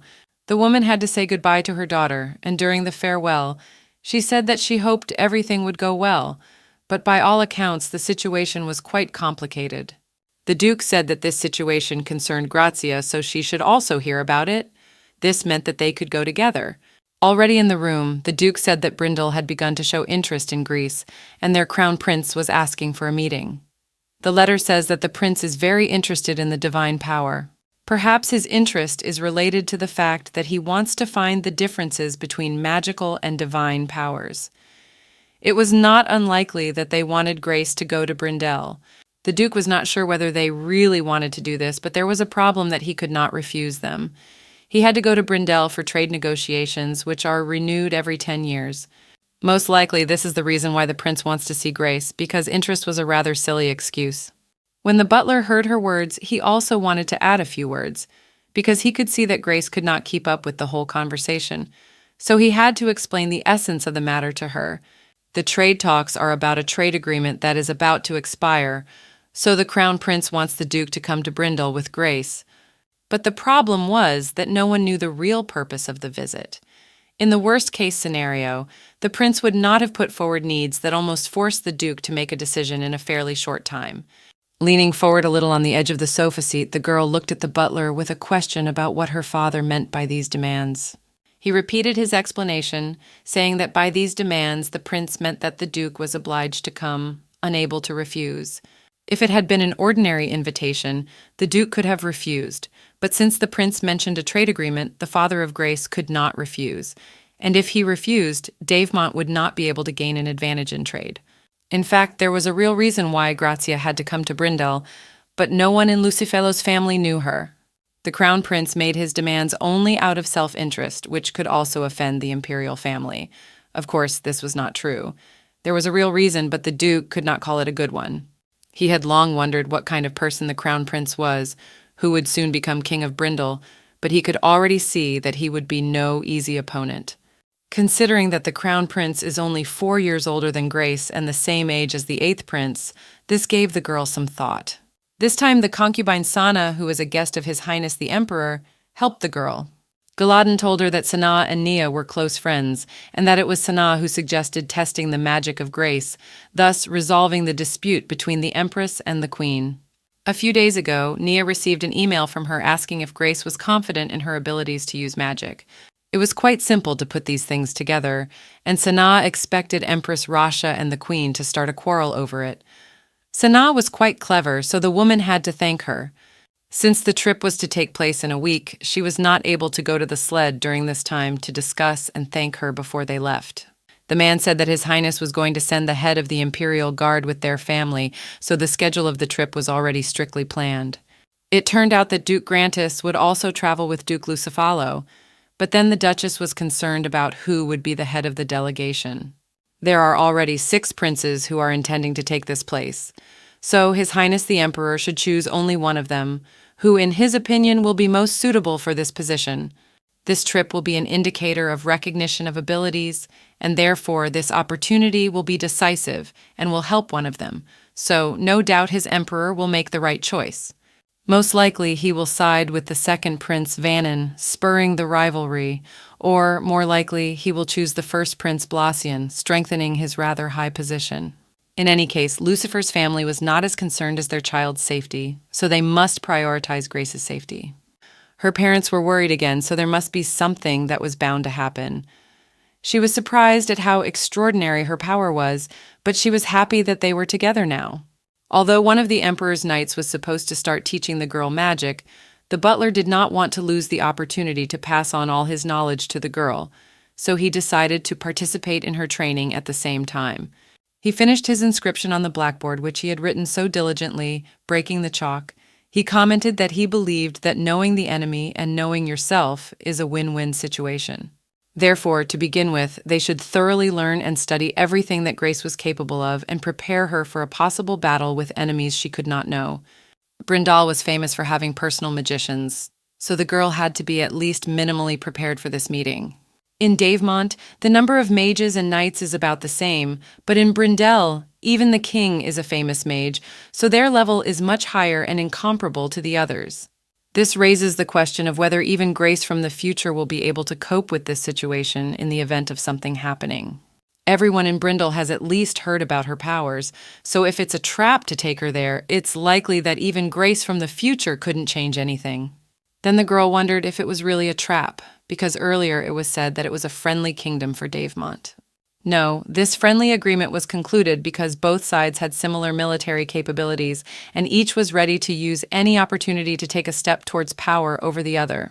She then asked why the Brindle wanted to see her, to which the man replied that he thought they only wanted to see her because of rumors that the girl had the ability to travel between time. In this way, they can reveal the secret of what might happen in this future. The butler already knew that the future Grace would not talk about it so easily, so there was a possibility of kidnapping or something like that. Of course, her disappearance through kidnapping would be one of the main problems in the Empire, but he noted that this was only the worst-case scenario. He also added that even if something really happened to Grace, a war would break out between the two countries. Galadin said that this was only his assumption, as he saw how nervous the girl became when she heard that a war would break out if she disappeared. In any case, it was now necessary for them to learn all their abilities and not to waste time. Taking out a folder of paper to record all the testimony the girl was to give him, he began to ask her about the first appearance of Grace from the future that had occurred during the attack, and wanted to know if it was the first time it had happened then. The girl denied this information and said that the first appearance occurred when she was still living in the slums, and that it was her second appearance during the attack. Since the girl never said that this was not her first appearance from the future, everyone, including her mother and father, thought that it was. The butler wondered whether they had switched places with Grace from the future during their first appearance, and whether the girl remembered what had happened. The girl stated that she remembered her first appearance a week before she arrived at the apartment, which was diligently recorded by the butler. According to the girl's personal maid, she was the lady who handed over the note and pendant. Everything came together because the future Grace knew everything in advance. She could prepare for that day and appear before the knights with the pendant. In other words, during the first manifestation, Grace from the future stole the pendant and wrote a note. After that, she took it to Lucifalo's house and gave it to the knights. This already made sense. The girl herself stated that she knew about it because she herself had been transported 10 years into the future, but it was not that day. She was not the woman with the pendant. Then Tasha's maid and Galadin's butler asked her when the actual first manifestation took place and what event she saw at that time. After some thought, the girl replied that she had been transported to her wedding day. This made the butler's heart leap out of his chest again, as if he had seen that unpleasant and terrible conversation with Empress Rasha again. It took the man some time to calm down and come back to normal. He did not expect such a response and did not see the point of Gracia marrying a criminal. Eventually, gathering all his thoughts together, the man returned to the conversation with the girl and clarified whether she really meant that the first manifestation had taken her 10 years into the future. After that, the man began to search his books for information about other holders of the divine power and eventually found something. The girl did not know exactly what she could say about her future because her words should not affect it in any way, but she was still afraid that they would change her fate. Without hesitation, she decided to tell Gillidan and the maid about her future because she had missed that nothing would happen to her family. She told them that she had met a man. It was also the day she became empress and her husband became emperor. She said this because she did not want to hide anything from her family and avoid unnecessary misunderstandings. After a moment, Gillidan decided to leave the room, saying that he would be back very soon. The information that the girl was telling him was too important, so he couldn't miss the opportunity for her parents to hear it straight from Grace's mouth. A moment later, they did indeed appear in front of the door to the girl's classroom. The girl's parents looked worried, as did the butler. Nea began to tell them that Gillidan had told them everything very briefly, but she did not understand anything from his story. After a moment, the butler asked the Duke and Duchess, as well as the little Grace hiding behind him, to look at what he had just found. They had before them records of the first manifestations of strong magic in other power holders. They should have noticed that usually the manifestation was similar to a demonstration of what kind of ability this person had. To be more precise, this could be called the manifestation of the most desired desire of the owner of the divine power. All those gathered around the table were shocked by this information, because even though they had similar powers, they had no idea about its first manifestations. Most likely, power manifests itself in the form in which the owner wants to see it most. For example, there was a user who was able to stop time who manifested on the day his father died. For example, a user who had the ability to heal people realized his power when he himself was very ill. Then it turns out that Gracia may have simply wanted to disappear from her location at that moment, but then she would have had the ability to teleport or disguise herself. The possibility that she wanted to summon herself from the future, thereby overcoming all the difficulties she was facing now, should not be ruled out. But then the Duke proposed a completely different option. He missed that Grace, who had never had happiness in her life, wanted to see at least a happy future for herself. And then her first manifestation took her to that very happy moment in her life. If little Grace could not accept the present and wanted to see a future in which she would be happy, then her divine power was more than just summoning herself from the future. Her ability was to transport herself to the future. Addressing the child, her mother decided to hear the truth from her, without any assumptions. She wanted to know if she really saw the future in which they were happy. The girl confirmed this because in the future she heard words she had never heard before. All her relatives told her that they loved her. It turned out that the girl herself decided to come here to find a happy future in the form of her real family. During the physical training, the butler told her that the beginning of Grace's magical education would begin immediately after the trip to the Brindle. He would have liked the girl to know about self-defense magic by now, but the Imperial family had completely different plans. There was now too much attention on them after they had accidentally set fire to the garden of the Lucifalo family, so they had to act carefully and follow the Emperor's instructions so as not to arouse unnecessary suspicion. Having made a short stop between jogging, the man asked the girl about her attitude to physical activity, as it seemed quite refreshing to him. The man also said that thanks to the efforts of the magicians, the garden was almost renewed. During this short break, Gillidan also informed her that Grazia was to go to meet her concubine in the afternoon with a sleigh, but she need not have worried because her mother would be going with her. According to the information the girl had, Sana was the mother of the 8th prince, and she had also seen her during a meeting with the emperor, but she did not remember her face very well. She also remembered that the Hair Prince seemed very tense during her words and remained so until the end of the meeting. Gillidan also noted that perhaps during her conversation with the Sana she would hear some news about her trip to Brindle. Some say that it has already been decided which prince will go on the delegation, but it has not yet been decided whether it will be the first or the second. Analyzing his own words, the man thought that if the future husband of Grace was the emperor, then one of them could be her future husband. With the children's ears closed, Galadin continued his thoughts aloud. The man said that he could not allow Grace to marry one of the principals because they had such a huge age difference. Even though the child's ears were covered, she could still hear all the words that Galadin was saying. Moving away from the girl a little further, the man continued to drive himself into sadness, assuming that Gracia could be happy in the future, so he should rejoice in her happiness, not forbid her to do what made her truly happy. The girl could see that Galadin was having a very difficult time making his decision, but she could see how hard he was trying to make the right choice, so she decided to leave him to his thinking and walk away for a moment. It is a fact that the garden was eventually renovated, as it had indeed suffered great losses and looked visibly terrible. Suddenly, Grace saw her brother and sister on the path, playing with the perfectly trimmed bushes along the edges of the path. When Grazia saw her brother and sister, she called out to them and attracted their attention. Starting to move quickly in their direction, the girl hoped that her brother and sister would welcome her very warmly. When Diana heard her sister, she quickly turned away from her and called her brother to follow her to the other side with an angry face. Before leaving, her brother looked at her with a very sad face, as if apologizing for his sister's behavior, and then followed her. The little Grace has already been found by the butler, who was frightened because he turned away for just a second, and when he turned back, he did not see her in the same place.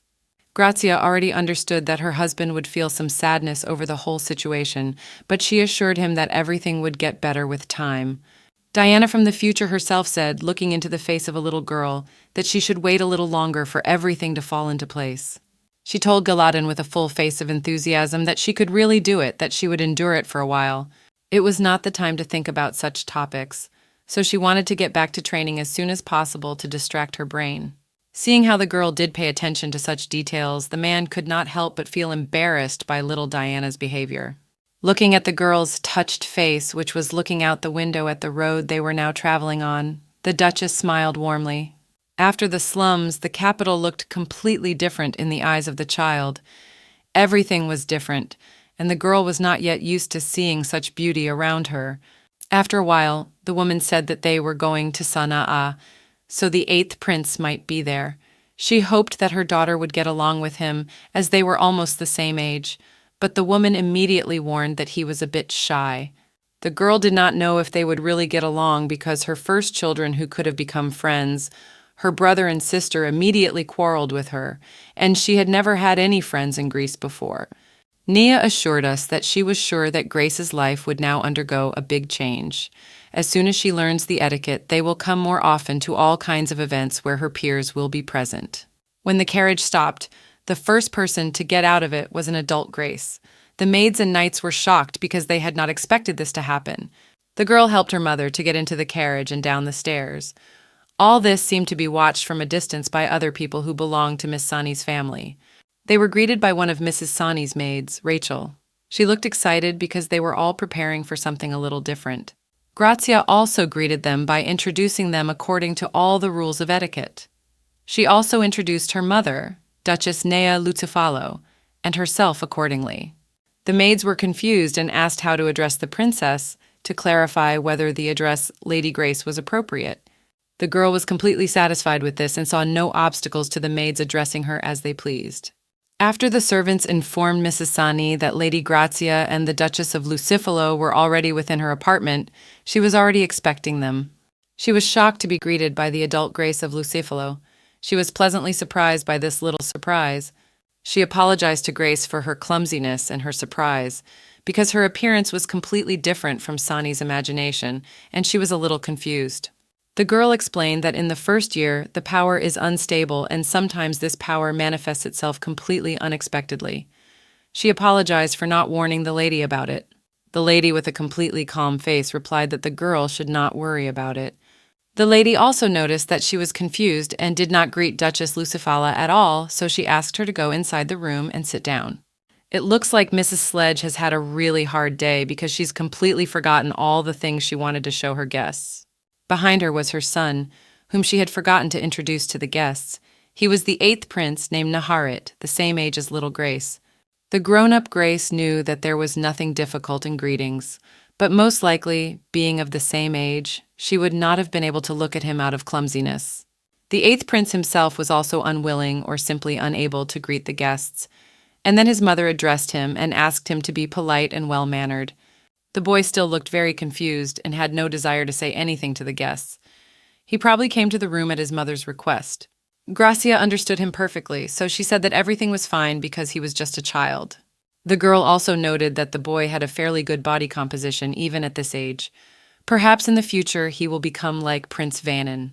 The woman appreciated the news, as Naharit was very worried about being much smaller than his peers, but the girl's words encouraged her and probably her son. She eventually asked that the girl and her mother go inside so that Sani could eventually greet the Duchess appropriately.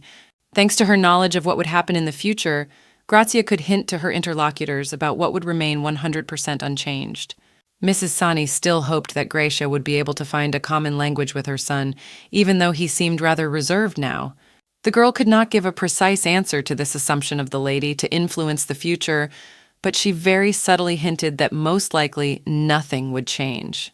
She was only informed that his future would be a little different from his mother's vision. The prince will be a good person, even charming. Even if he does not have so many friends now, he will be surrounded by people in the future. Nevertheless, the lady decided to ask the Duchess how she had been feeling lately. The woman replied that she mostly spent a lot of time raising her children, so she could not tell anything interesting. Time passes too quickly, and when she's with her children, it speeds up twice as fast. Miss Sani understood this perfectly well because she had a similar situation. Throughout this conversation between the adults, Grazia kept her eyes on the eighth prince, as if hoping that he would eventually speak to her. The waiting time was over, and she called out to him first, to which he quickly turned his attention. He saw the face of Grace smiling. After a moment, the girl held up one of her palms, facing the prince, and asked him to look at it. The boy did not understand why he had to pay attention to look at her hand, but soon he saw the nail marks. The girl commented that every night she squeezes her fingers into her palm with great force so that they leave a mark on it. This happens because of one weak person. The eighth prince did not understand what this was all about, but he listened attentively to what the girl could tell him next. She went on to say that if they took swords in their hands and started fighting, she would win, but she did not see the point in mocking the weak eighth prince like that. Looking at the prince's irritated face after her words, she compared him to an angry tiger who now looked more like a safe cat. Suddenly, the place where Grace was sitting brightly lit up. This meant that she had returned from the future again.